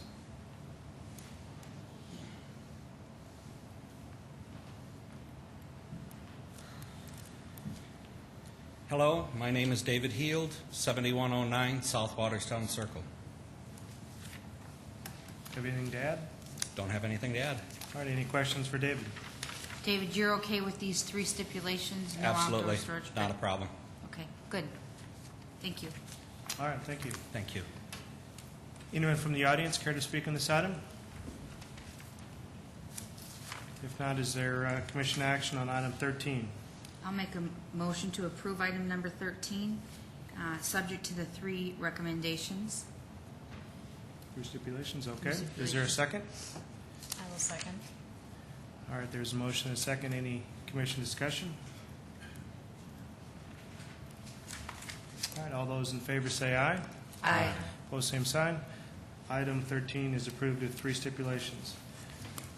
Item 14 is a conditional use permit in the C2 General Commercial District to allow motor vehicle display and sales at 1525 South Burnside Avenue. Staff report. The applicant is proposing to relocate from their current business location to occupy the subject property for the purpose of displaying, selling, and repairing motor vehicles. It's currently improved with 3 buildings, and the applicant has also provided hard surfacing for what he is proposing for the display and sales of his vehicles. It's a former location for tire sales, retail sales, tires, batteries, and auto parts. The plans are provided with sufficient clarity to indicate the location, nature, and extent of the work proposed, and the main office is 776 square feet, and 2 accessory shop buildings are 816 and 528 square feet. Based on the building size, the applicant does have to stripe the lot for a minimum of 7 parking spots for customers and employees on the subject property. The remainder of the hard surfacing can be used for the display and sales of vehicles. The applicant will also be putting up a freestanding sign at the driveway entrance on Burnside. We do not have a design for that at the current time. However, the C2 general commercial sign regulations are in effect, which would allow a maximum size of 145, based on a street frontage of 145 feet, one sign, 96 square feet in area and 25 feet high, could be put up. The applicant is also proposing to provide the required number of trees in the front yard, as indicated on the plan. Because the applicant has complied with the conditional use requirements for hard surfacing for parking and display and sales, provide the landscaping, and agrees to meet the sign requirements, staff is recommending approval with one stipulation that all driving and parking surfaces on the property for access, display, sales, and storage of vehicles must be hard surfaced prior to the start of business. So the applicant will have to revise their site plan a little bit in order to get that change in occupancy. And that concludes staff report. We've had no calls on this property. Questions for Steve? Steve, regarding that stipulation, does that mean that they can only display, they will only be displaying on hard surface? That's correct. So there would not be any display other than on that area? That's correct. Because the site is not entirely hard surface. As I understand it, the applicant is rushing to get onto the site as a temporary location.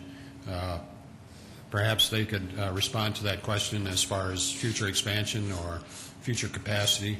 There is additional capacity on the site to do that. Okay, thank you. Any other questions for Steve?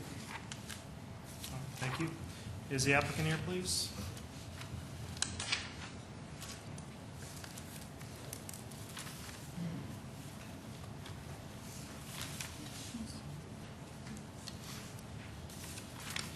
My name is Richard Langenfeld, 806 North Spring. Have anything to add? Do you have anything to add to this? No, nothing. You're the applicant? Yes, I am. Okay. Any questions for Richard? Richard, you would intend then to just display on the areas that are of hard surface? Yes. And not on the other areas? No. Okay, thank you. Mr. Chair, Mr. Langenfeld, the information we have suggests that you're not the owner of the property. No, I'm not. I'm leasing two of the three buildings on the property. And you have the permission of the owners to seek a conditional use permit? Oh, absolutely. Other questions for Richard? Okay, thank you. Anyone from the audience care to speak on this item? Okay, if there is none, is there commission action on item 14? Mr. Chair, I would make the motion for approval of the conditional use permit with the one stipulation. There's a motion to second. Any commission discussion? All right, all those in favor with the one stipulation for the conditional use permit on item 14, say aye. Aye. Opposed, same sign. Item 14 is approved. Item 15 is the final development plan in Subarea E, Granite Valley Plan Development District, to construct a manufacturing building at East Dyke Road and North Seabird Avenue, and that item has been withdrawn by the applicant. Item 16 is the final development plan in Subarea G, Dolly Farm Village Plan Development District, to construct, and there's a change in the from what it reads in the agenda. It should say construct a shopping center at between Arrowhead Parkway and East 26th Street, west of South Dakota Highway 11. Staff report. The applicant is proposing to construct a multi-tenant shopping center for retail trade and services with a total of 435,060 square feet for a building area, roadway connections, and shared access and parking arrangements for 1,876 cars on the subject property. Applicants are represented here this evening, applicants and owners, as in the major amendment. It is 37.8 acre site, currently agricultural uses. To the north, it's future development or future commercial development in the PD, as well as to the south. And to the east, we have Highway 11 and single-family residential subdivision outside the city of Minnehaha County. And to the west, future residential and essential greenway in the PD. Walmart is also to the west at the northern part of the subject property. The purpose of this final development plan is to illustrate well-planned and efficient urban development as required in a PD zoning, and will be demonstrated with their design features. Subareas G and I regulations apply as described in the major amendment, and the Dolly Farm Village Architectural Review Committee has indicated approval of the proposed plan. Otherwise, the city subdivision ordinance takes effect, and there is a minor amendment that is being approved for the relocation, minor relocation of streets, realignment, and such. If approved, the major amendment to revise the sub-area regulations provides the standards by which this final development plan is reviewed. Adjacent streets include East Arrowhead Parkway, South Highline Place, it's a private road, and South Dakota Highway 11 that has access at 18th Street. The future development of of a pedestrian bicycle path is planned in the Central Greenway, sub-area I, immediately west of the property, and the applicant is proposing to use a portion of that as a construction site. So we're expecting to be able to coordinate the two projects. Sidewalk connections are indicated on the plan for the pedestrian path and bicycle path at the north and south ends. Access is limited to East Arrowhead Parkway and the future extension of East 18th Street. In the subdivision plan, the applicant has provided a development sketch plan for commercial subdivision, and we'll have to come back to you with final development plans for the outlots. This subject property is illustrated on the screen above on your screens and in your packet of information, including the initial development plan, conformance to the initial development plan that was previously approved, and the modification in the major amendment. Four of the lots on the subject property have single-tenant buildings, and one lot has a multi-tenant building and room enough on site for future subdivision for outlots. The number of outlots on the subject property is not indicated, but 6 access points are shown along the private road. If that were to change in the future, a minor amendment indicating the location of those outlots may have to be provided. Cross easements are provided for parking and access. The private roadway easement is named South Highline Place, and setbacks and required yards are met according to the major amendment. There is indicated on the plan the required landscape setback easement of 35 feet from Highway 11. Future Highway 100, and the parking requirements have been met by the plan as presented. In fact, the plan is exceeding the minimum parking requirements that would be required under the C4 commercial zoning district. Building location is basically one location on the site with adjacent buildings that will be platted separately. The landscaping plan is indicated and conforms to the landscaping requirements. As well for the signage plan, and now to the building design. I think the applicant would like to explain the building design to you as to how it conforms to the Dolly Farm design regulations, as well as the recently approved major amendment. The new Rosa Parks Elementary School is within a half mile. Neighborhood meeting was held, and the neighborhood representative has indicated they would like to address you with comments. Basically, the 16 points required for the final development plan then are provided. Staff is recommending approval. That concludes staff report. Questions for Steve?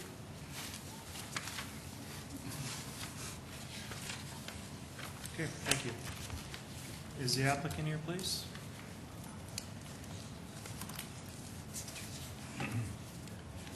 Dick Dempster, 415 South Main, speaking on behalf of Opus Northwest. All of the people I identified earlier are still here, and I was glad to see that this illustration that's before you was submitted. I mean, it was submitted to you. We assume that everything we submit you see, but this drawing represents materials, colors, and textures that is right out of the kit of parts, Meredith, that the Dolly Farm Village created and presented to you, this body, at the time of the original zoning, which was spring of 2006. The facades of these buildings will have predominantly, the predominant material is brick. There will be the use of precast concrete. Sioux Quartzsite is indicated on some of the facades. And again, the illustration represents, to the best of the developer's knowledge at this point, tenants that may come to this center. Now, there's the large store. I can't say, I mean, we can say it's going to look like this. And I think, can we put this on the overhead?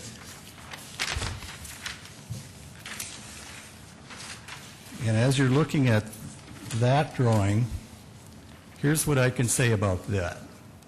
Opus, and this is a quote, Opus is in the process of obtaining all approvals and permits that would be required for the construction of a super Target. However, Target generally confirms new store locations only after all required approvals and permits have been obtained. This is often after construction has begun. End quote. So that facade we can say for certain will look like that. The others in the retail center are illustrations at this point. We think that the stores will look very much like that. If the stores that we think will come.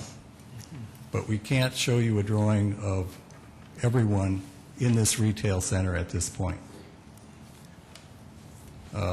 Part of the reason for this final development plan to encompass the whole retail center is because of some of the regulations that we put into the final development plan that has to do with shared parking, shared landscaping, cross easements, that sort of thing. Are there other items that you would like addressed?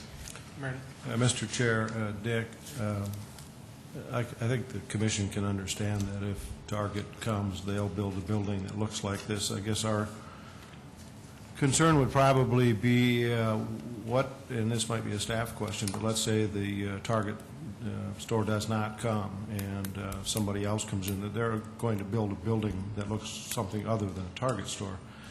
Do we then see this as a revised final development plan if there's a different tenant?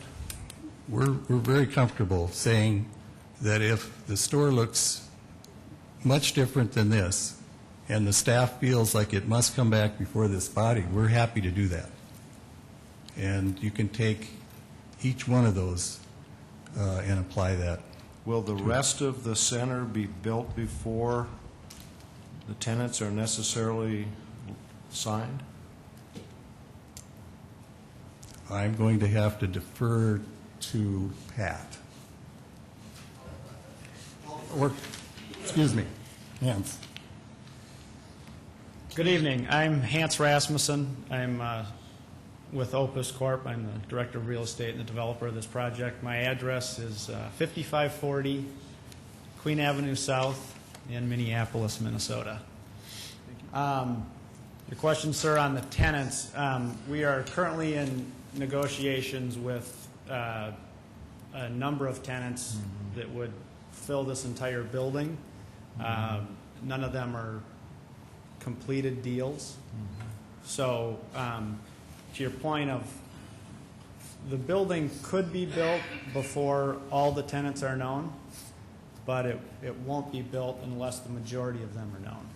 Does that answer your question? Answers the question, but obviously raises the concern that every one of those tenants would potentially require of Opus a different aesthetic other than what we see here.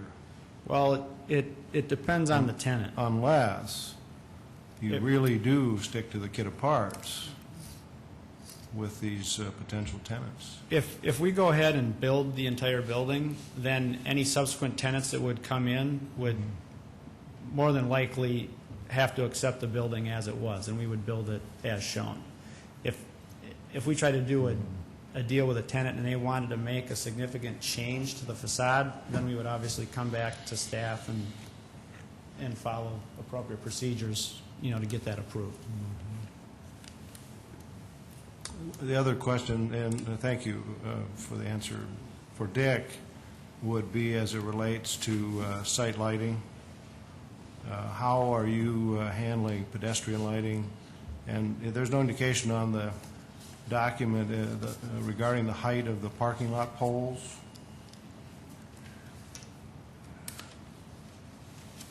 I'm going to have to see if Pat Schwebach knows the answer to that. For most farm development plans, that's kind of a big deal. There was a lighting plan submitted. Yeah, it's not in our plan or our packet. These look like pretty normal shoebox lights, but it's just a cut sheet. Would we just not answer the questions in the order? I'm Pat Dady. I live at 45872 118th Street, Sisseton, South Dakota. And the plan is for shoebox lightings, I think maximum fixture height of 35 feet. We did prepare a photometric plan. I thought we had submitted that, but it's a If you did, it didn't make our packets. But what about pedestrian lighting? On this main phase, on this first phase of the inline retail, the lighting provider will be the tall fixtures in the parking fields, and then building mounted sconces, which are shown on the building elevations. Yeah, I couldn't tell from those elevations. That's where it will be. Yeah, it's really hard to tell. Are there any other questions for Pat or Hans or Dick?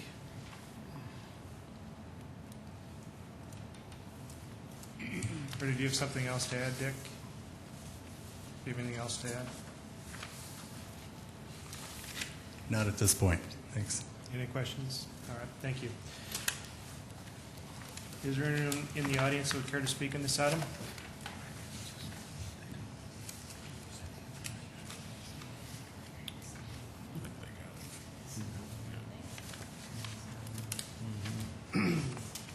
Kevin Gallo again, 6910 East Split Rock Circle. Again, Split Rock Heights, the development, rural residential development to the east side of Dolly Farm Village. And I'd like to say, convey my thanks to Mr. Lloyd and his team, as well as the Opus group and the Dolly family for hosting the meeting that they did host and working with staff. I understand there's been a lot of discussion with staff as far as the development of this area. And we've got one more request related to this specific item before you tonight. And when I mentioned before that I said I represent a dozen people, let me rephrase that. Of 13 people that came up while I was having this discussion with some individuals at the open house, and I showed them my concern, 12 of them agreed. So you could extrapolate that ratio of 12-1 to the entire group that was there if you like. I feel that it's relevant.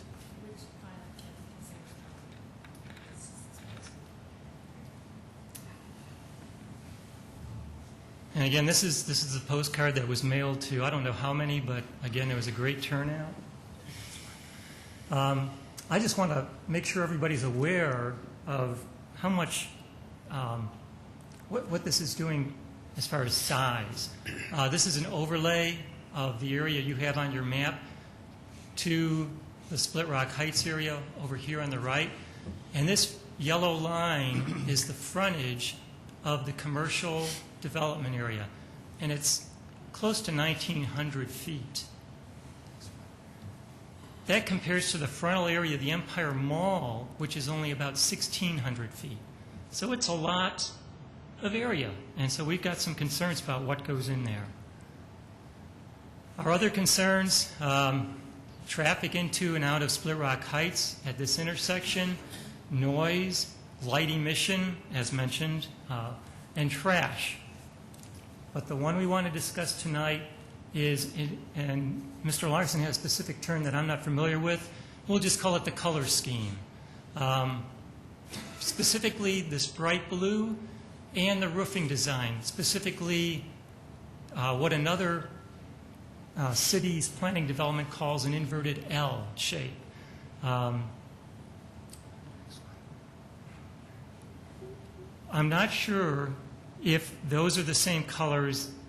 One of the individuals that spoke previously mentioned that those are the same color scheme that was submitted before.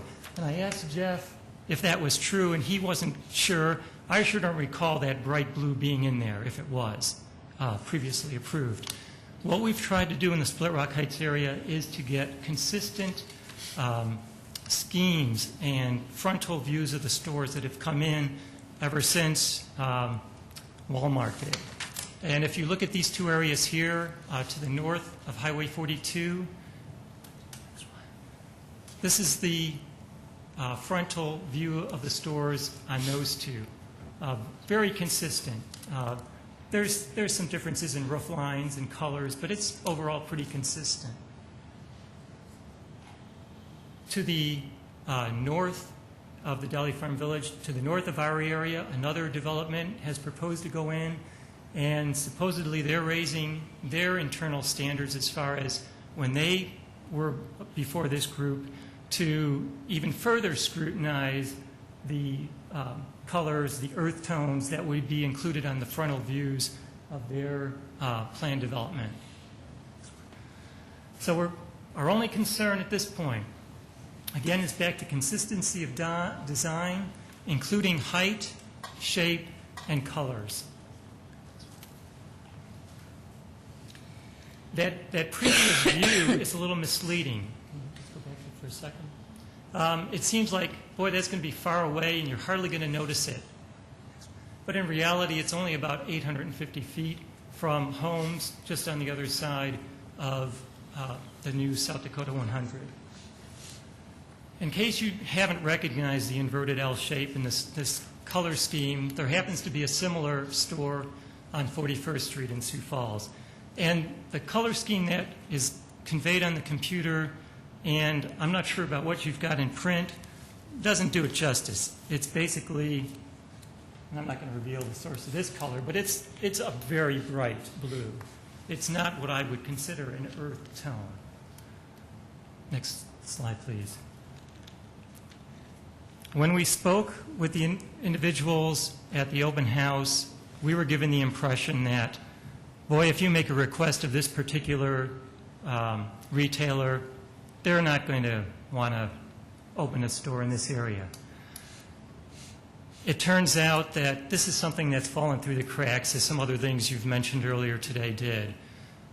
The current city regulations or requirements don't specifically address that color scheme, earth tones, specific colors within earth tones, and that roof feature.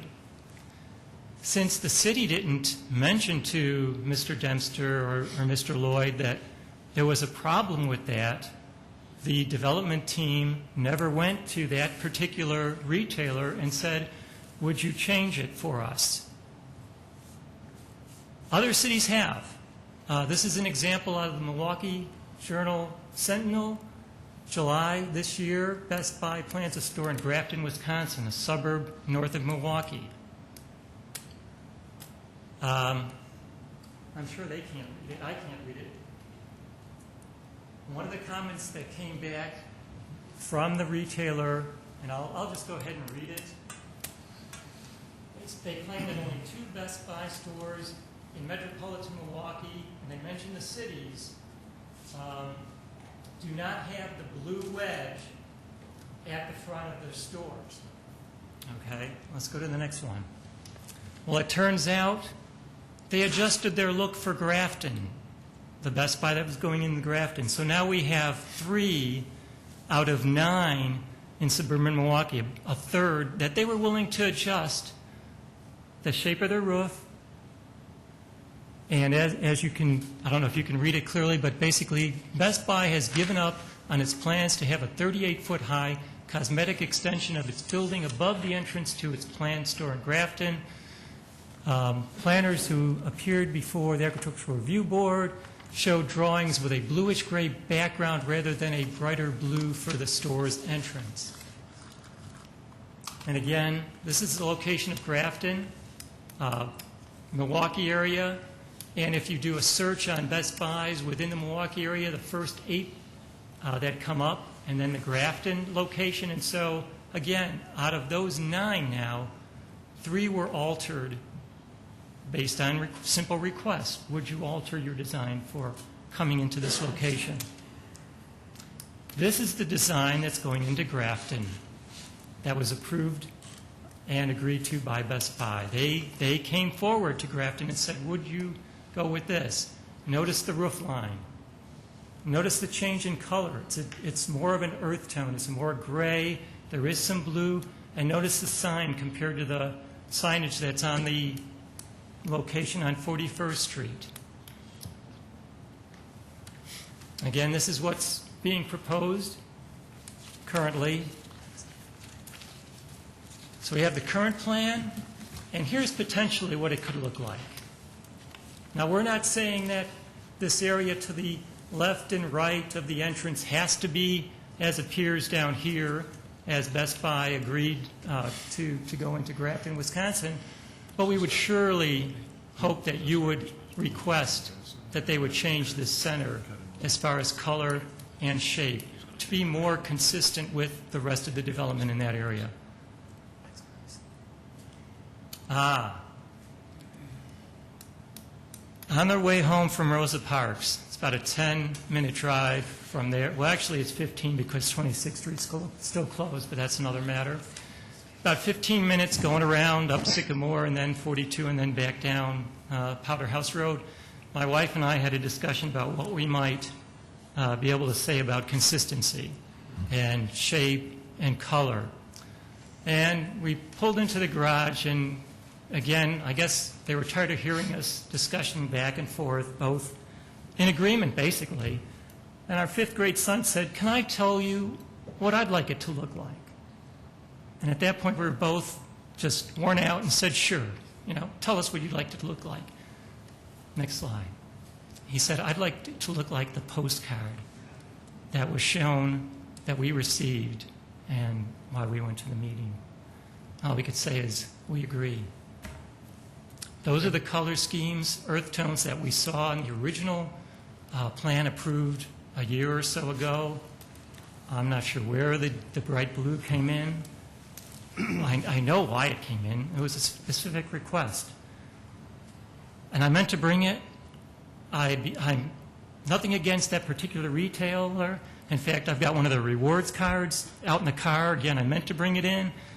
I'd be thrilled to have them on the east side, but I would hope that you would be as enlightened as towns in other parts of the country and request some consistency for the development in our area of town and ask that that particular color and roof scheme be modified.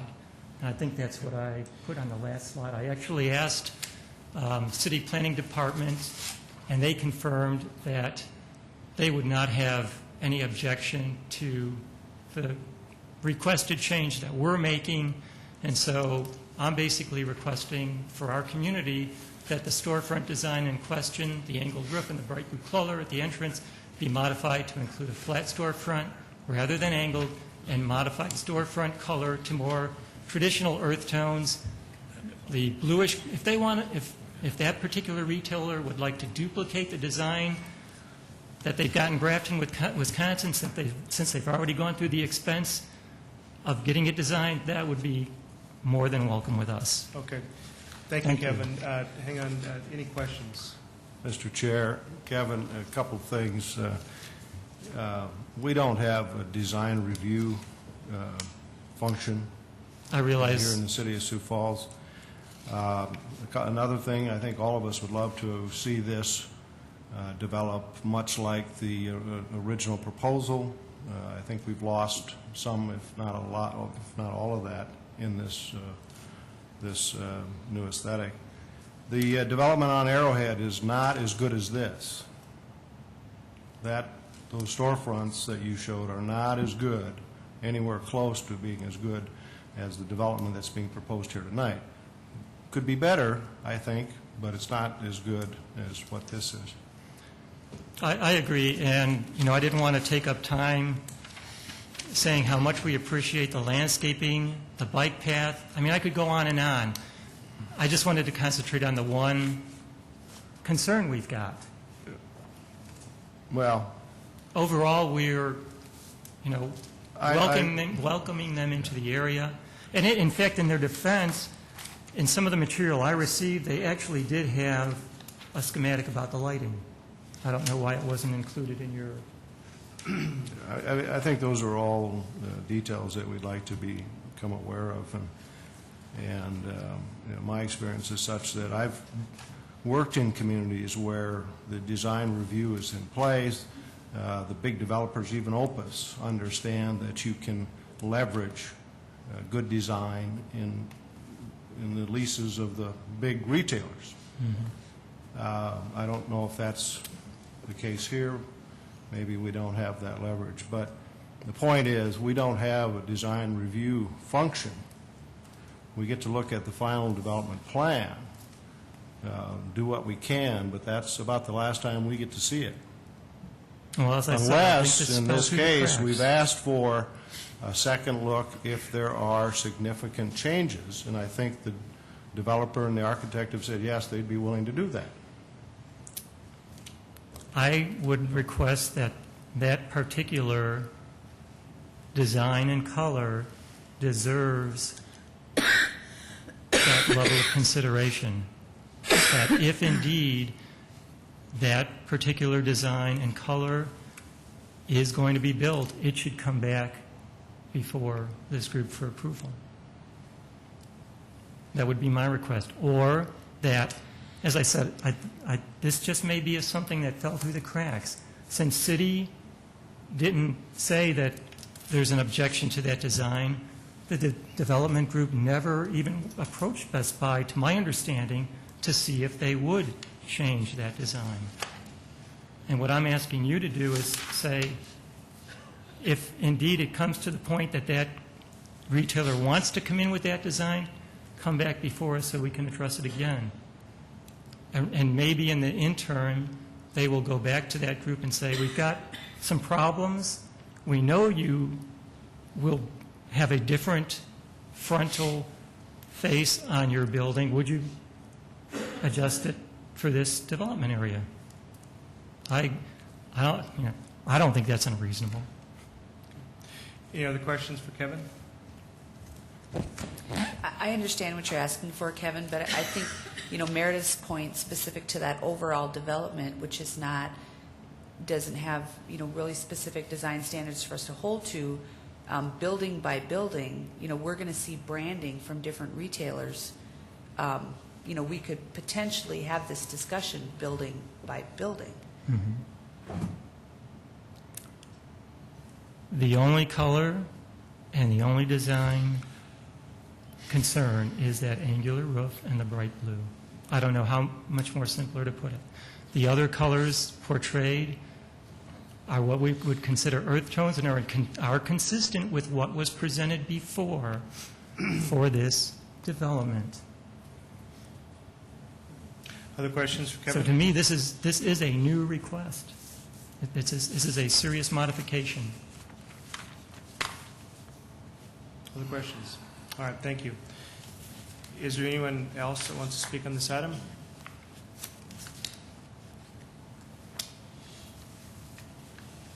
All right, is there commission action on item 16?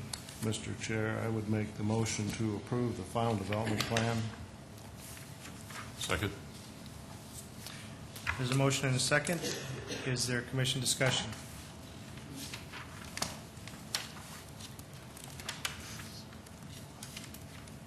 I do appreciate the concerns of,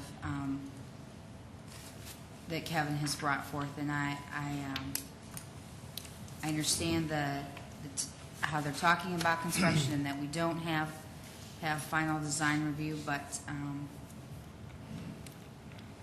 I think it does beg the question. When they initially came before this group, they talked consistency of design, and we have heard this from before. We have talked about this with regard to other developments in town, and that they have come back and come back and come back, and it doesn't look like what we had originally seen before us or what we believe the intent would look like. I really would hate to see right out of the reel something that isn't consistent in scope and color with any other pieces they've put out there. So I would have a hard time approving this as it stands. Other discussion?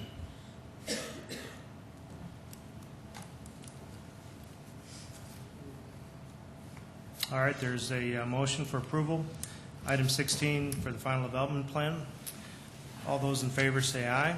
Aye. Opposed, same sign. Aye. Item 16 is approved. Item 17 is a final development plan in Sub-Area D, Shadow Creek Plan Development District to allow construction of a sports enhancement facility at the corner of Cliff Avenue and East 73rd Street. Staff report.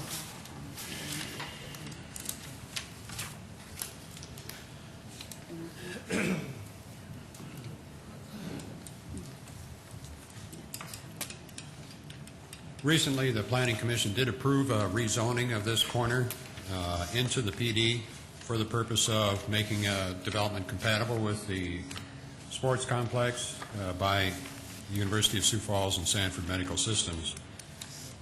The sports enhancement facility would be next to the stadium, and the proposed power bubble has 21,196 square feet of sports training area with equipment, therapy, treatment, and conference spaces and required parking.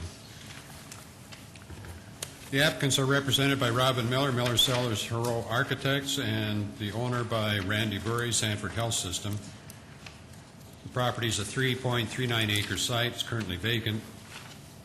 And as I mentioned, at the corner of the athletic complex. We're looking at a final development plan that hopefully encourages well-planned and efficient urban development in this direction of town. Subject property is comprised of 3 land parcels, and so there's part of the property is owned by Sanford and part of it is leased for the development of the project. So part of the property comes under the purview of the final development plan approved for the stadium complex, and the rest of it comes under new development. Proposed building, parking, and site improvements are all indicated on the plan presented to you in the information packet. Front yard setbacks are provided of 25 feet. Total of 106 parking spots are available on site, and the applicant is proposing to provide additional parking for 139 cars for a total of 194 parking spaces. Plan note specifies that all unpaved areas of the site shall have grass and turf, and it would be irrigated. Signs are proposed that do conform to the requirements of the PD sign requirements, maximum of 2 signs in South Cliff and a maximum of 2 signs on the building in each direction, within the boundaries of the requirements for square footage and height. The applicant should be prepared to describe to you this evening the building design as it is indicated with drawing elevations. The materials and colors are not indicated, and the height of the building is not indicated.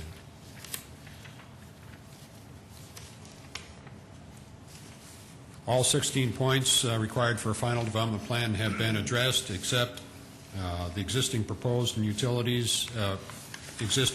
utilities, drainage ways, and water courses.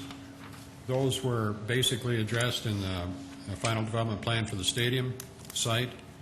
And then the final ground contours, again, not indicated but are conforming to the development of the stadium site. Because this is an acceptable use in the sub-area of the planned development district and conforms to those sub-area regulations, and the applicant has provided clarity to indicate the location, nature, and extent of the work proposed, staff is recommending approval of the final development plan. We've had no calls. And that concludes staff report. Questions for Steve? Thank you. Is the applicant here, please?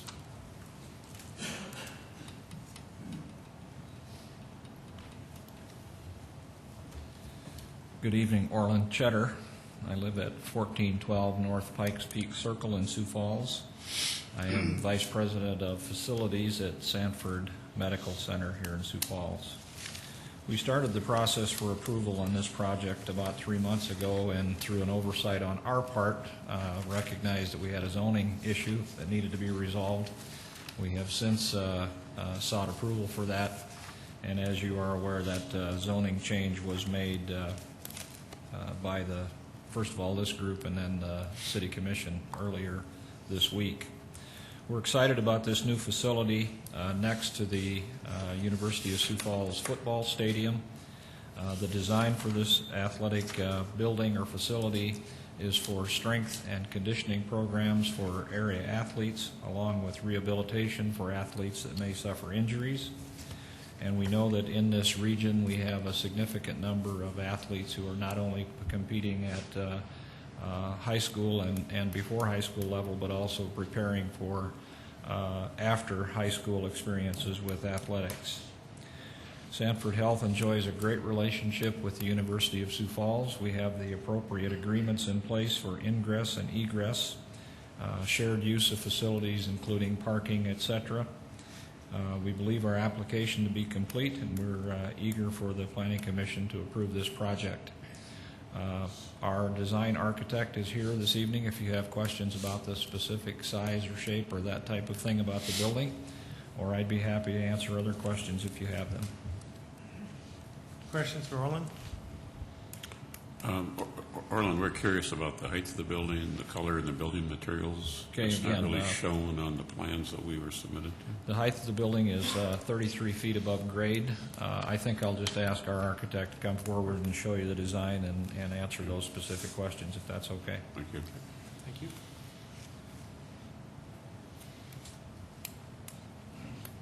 Jamie Mudgecknaus, Miller Sellers Row Architects. I reside at 6504 South Cragen Avenue. As Orland had indicated, the height of the building is 33 feet. We're well below the allowed 60 foot on the structure. We are in the process working with Sanford at the moment of selecting color materials and for the fabric on it.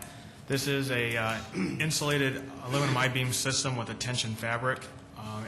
Right now we're looking at trying to accommodate, and we are the architects also on the USF project, so we're trying to make sure that we're sensitive to the USF project with our colors and selections. We're looking at a two-tone fabric structure to try to emulate the Sanford or the stadium with the split-face block and the precast panels above, by going with more of a red tone on the bottom and a tan on the top, which will match the Sanford project. Thank you. Other questions for Jamie or Orland? I guess not. Thank you. Anyone from the audience care to speak on item 17?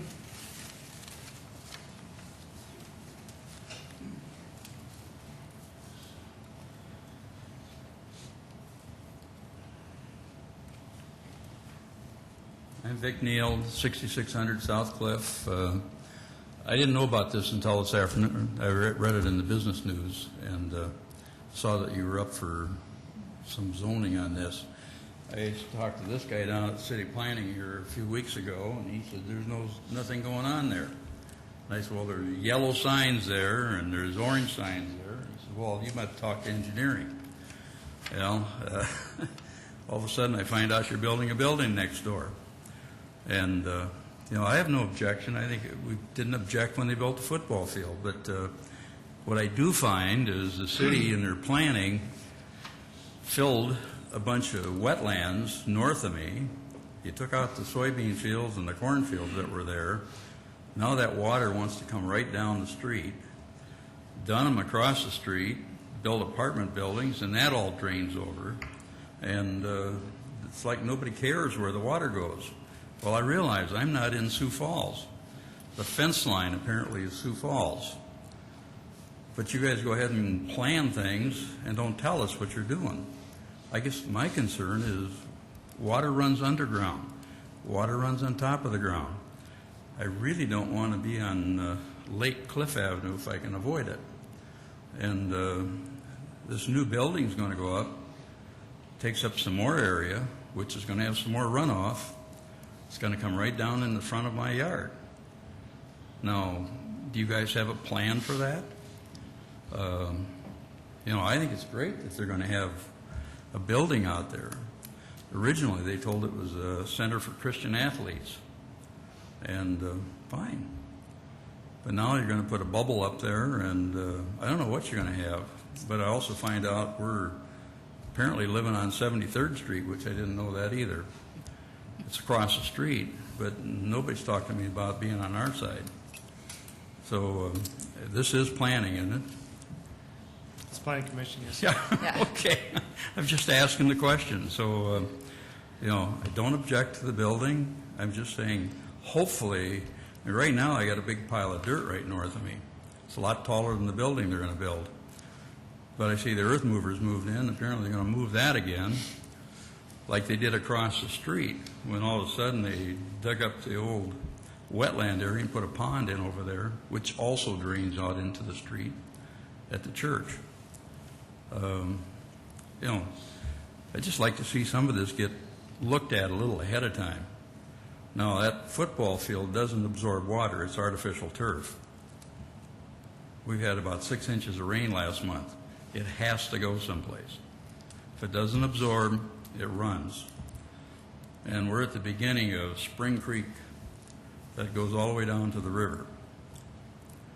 If I go up north of 69th Street, the break line is there, and it goes north. On our side, it's coming this way. So hopefully you'll consider that in your planning. Okay. Any questions for Vic? All right, thank you. Anyone else from the audience care to speak on this item? If not, We have staff for just a second. Sure. Vic has expressed a number of related issues to us tonight. Is there some place or some person that we can direct him to specifically to discuss that? When they come in for their building permit, they will have to provide a drainage plan that meets city specifications.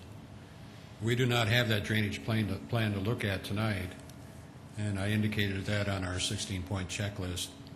If you would like to see it, you would probably have to defer action until they could bring one in. But he's also talking about other things that have happened that are causing some drainage issues. Right. Where does he go? What's that?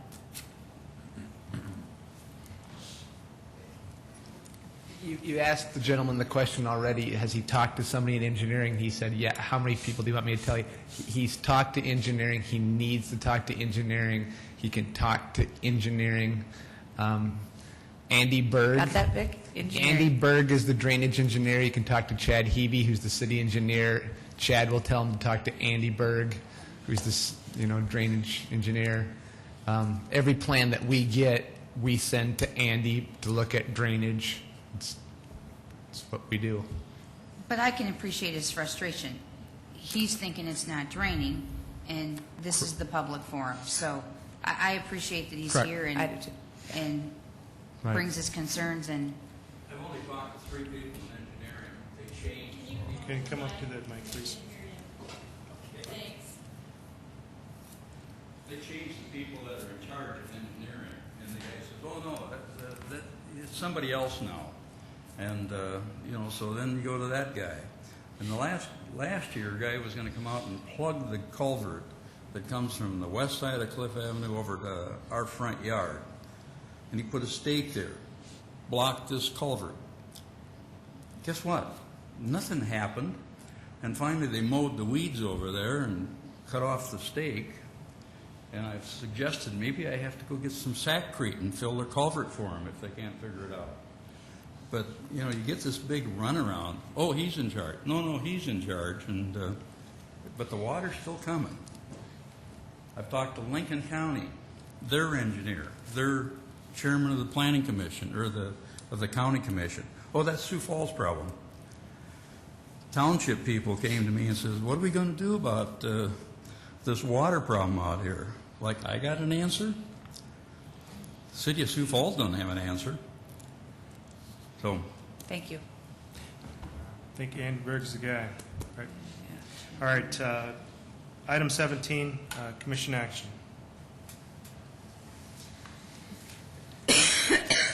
I'll move for approval of item 17.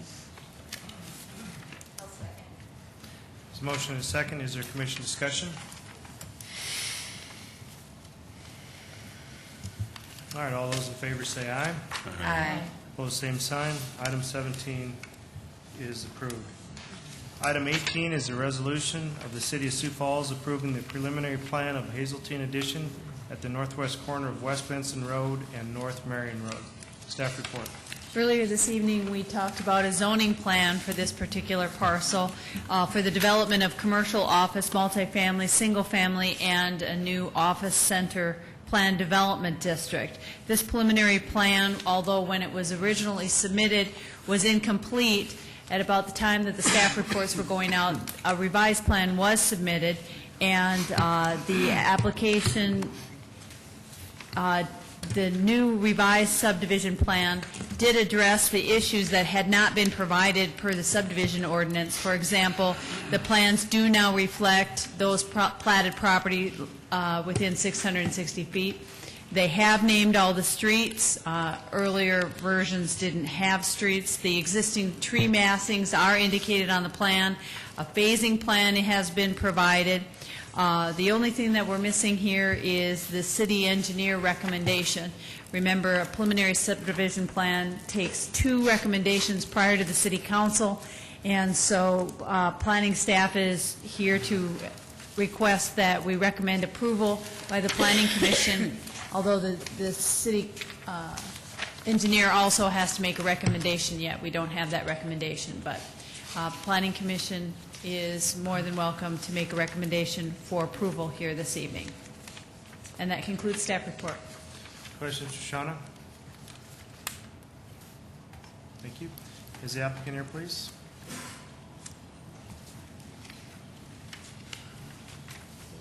Good evening again. Steve Van Buskirk, 5101 South Nevada Avenue. The engineering notes, I guess the only comment I can add to this, happy to take questions. The engineering notes, there's an old note from a sketch plan that we originally did about no double frontage lots, which I think is handled in this lot. And then we had a concept plan of running 54th Street North, not running that all the way through on the north property line, but we've revised the plan and dropped it back down. So actually I think this plan reflects what the engineering comments are the big takeaways, and there's some informational comments which kind of go back to city ordinance. So happy to answer any questions. Any questions for Steve? Thank you. Anyone from the audience care to speak on item 18? All right, if not, is there commission action? Mr. Chair, I would recommend approval of the preliminary subdivision plan. I'll second. All right, there's a motion and a second. Any commission discussion? All right, if not, all those in favor say aye. Aye. Aye. Opposed, same sign. Item 18 is recommended for approval. Item 19 is a resolution of the City of Sioux Falls providing the preliminary plan of Northridge 2nd at Marion Road and Maple Street. Staff report. The applicant is proposing some major changes to the street pattern within this approved subdivision and is reflecting it as Northridge Second Edition. We do have Northridge Edition. So the major amendment was submitted concurrently and was previously approved by the Planning Commission. The major amendment for the Northridge Plan Development District was reviewed separately. The preliminary subdivision plan does provide the points of information that are required by the ordinance, and because the preliminary plan offers a coordination of urban infrastructure and fosters an efficient and orderly urban growth pattern, staff does recommend approval of the preliminary subdivision plan. And that concludes staff report. Any questions for Shauna? Thank you. Is the applicant here, please?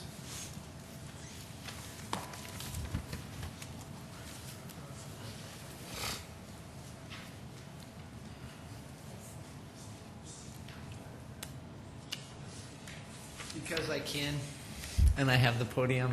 One of the reasons that Mark Villinga has to come to the podium right now and explain this is because he had proposed 2 access points to this 300 by 300 foot corner and was not allowed to have 2 access points to this corner, and he had to revise this based on engineering design standards, similar to many of the other things that you've seen here this evening, and has to align his access point. That's why you see that he does not have access to Marion Road. He had to shift it to the east, and he only got 1 driveway. So, again, this is a general theme that you've seen this evening, and I guess I still didn't stall long enough for these 2 to get done.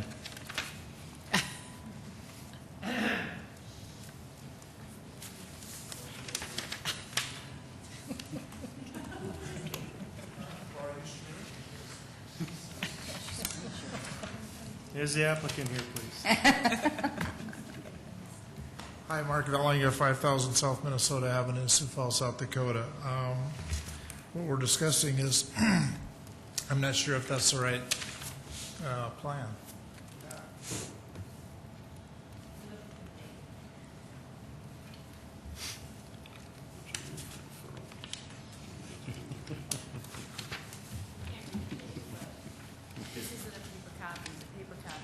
This is 1022. Okay, yes, that's what we're referring to. Okay, so I guess we're approving the design that was submitted October 22.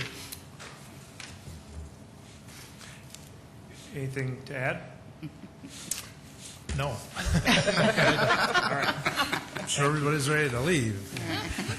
Any questions for Mark? Guess not. Thank you. Is there anyone else from the audience to speak on this item? If not, is there commission action on item 19? I have a motion to approve the plan that we see up on our screen. Is this the plan? I would This- second that. Okay. All right. That there's- ever-moving plan that's on the screen. There's a motion and a second. Is there any commission discussion? On item 19, all those in favor say aye. Aye. Opposed, same sign. Item 19 is recommended for approval. Item 20 is adjournment. Is there a motion? I move to adjourn.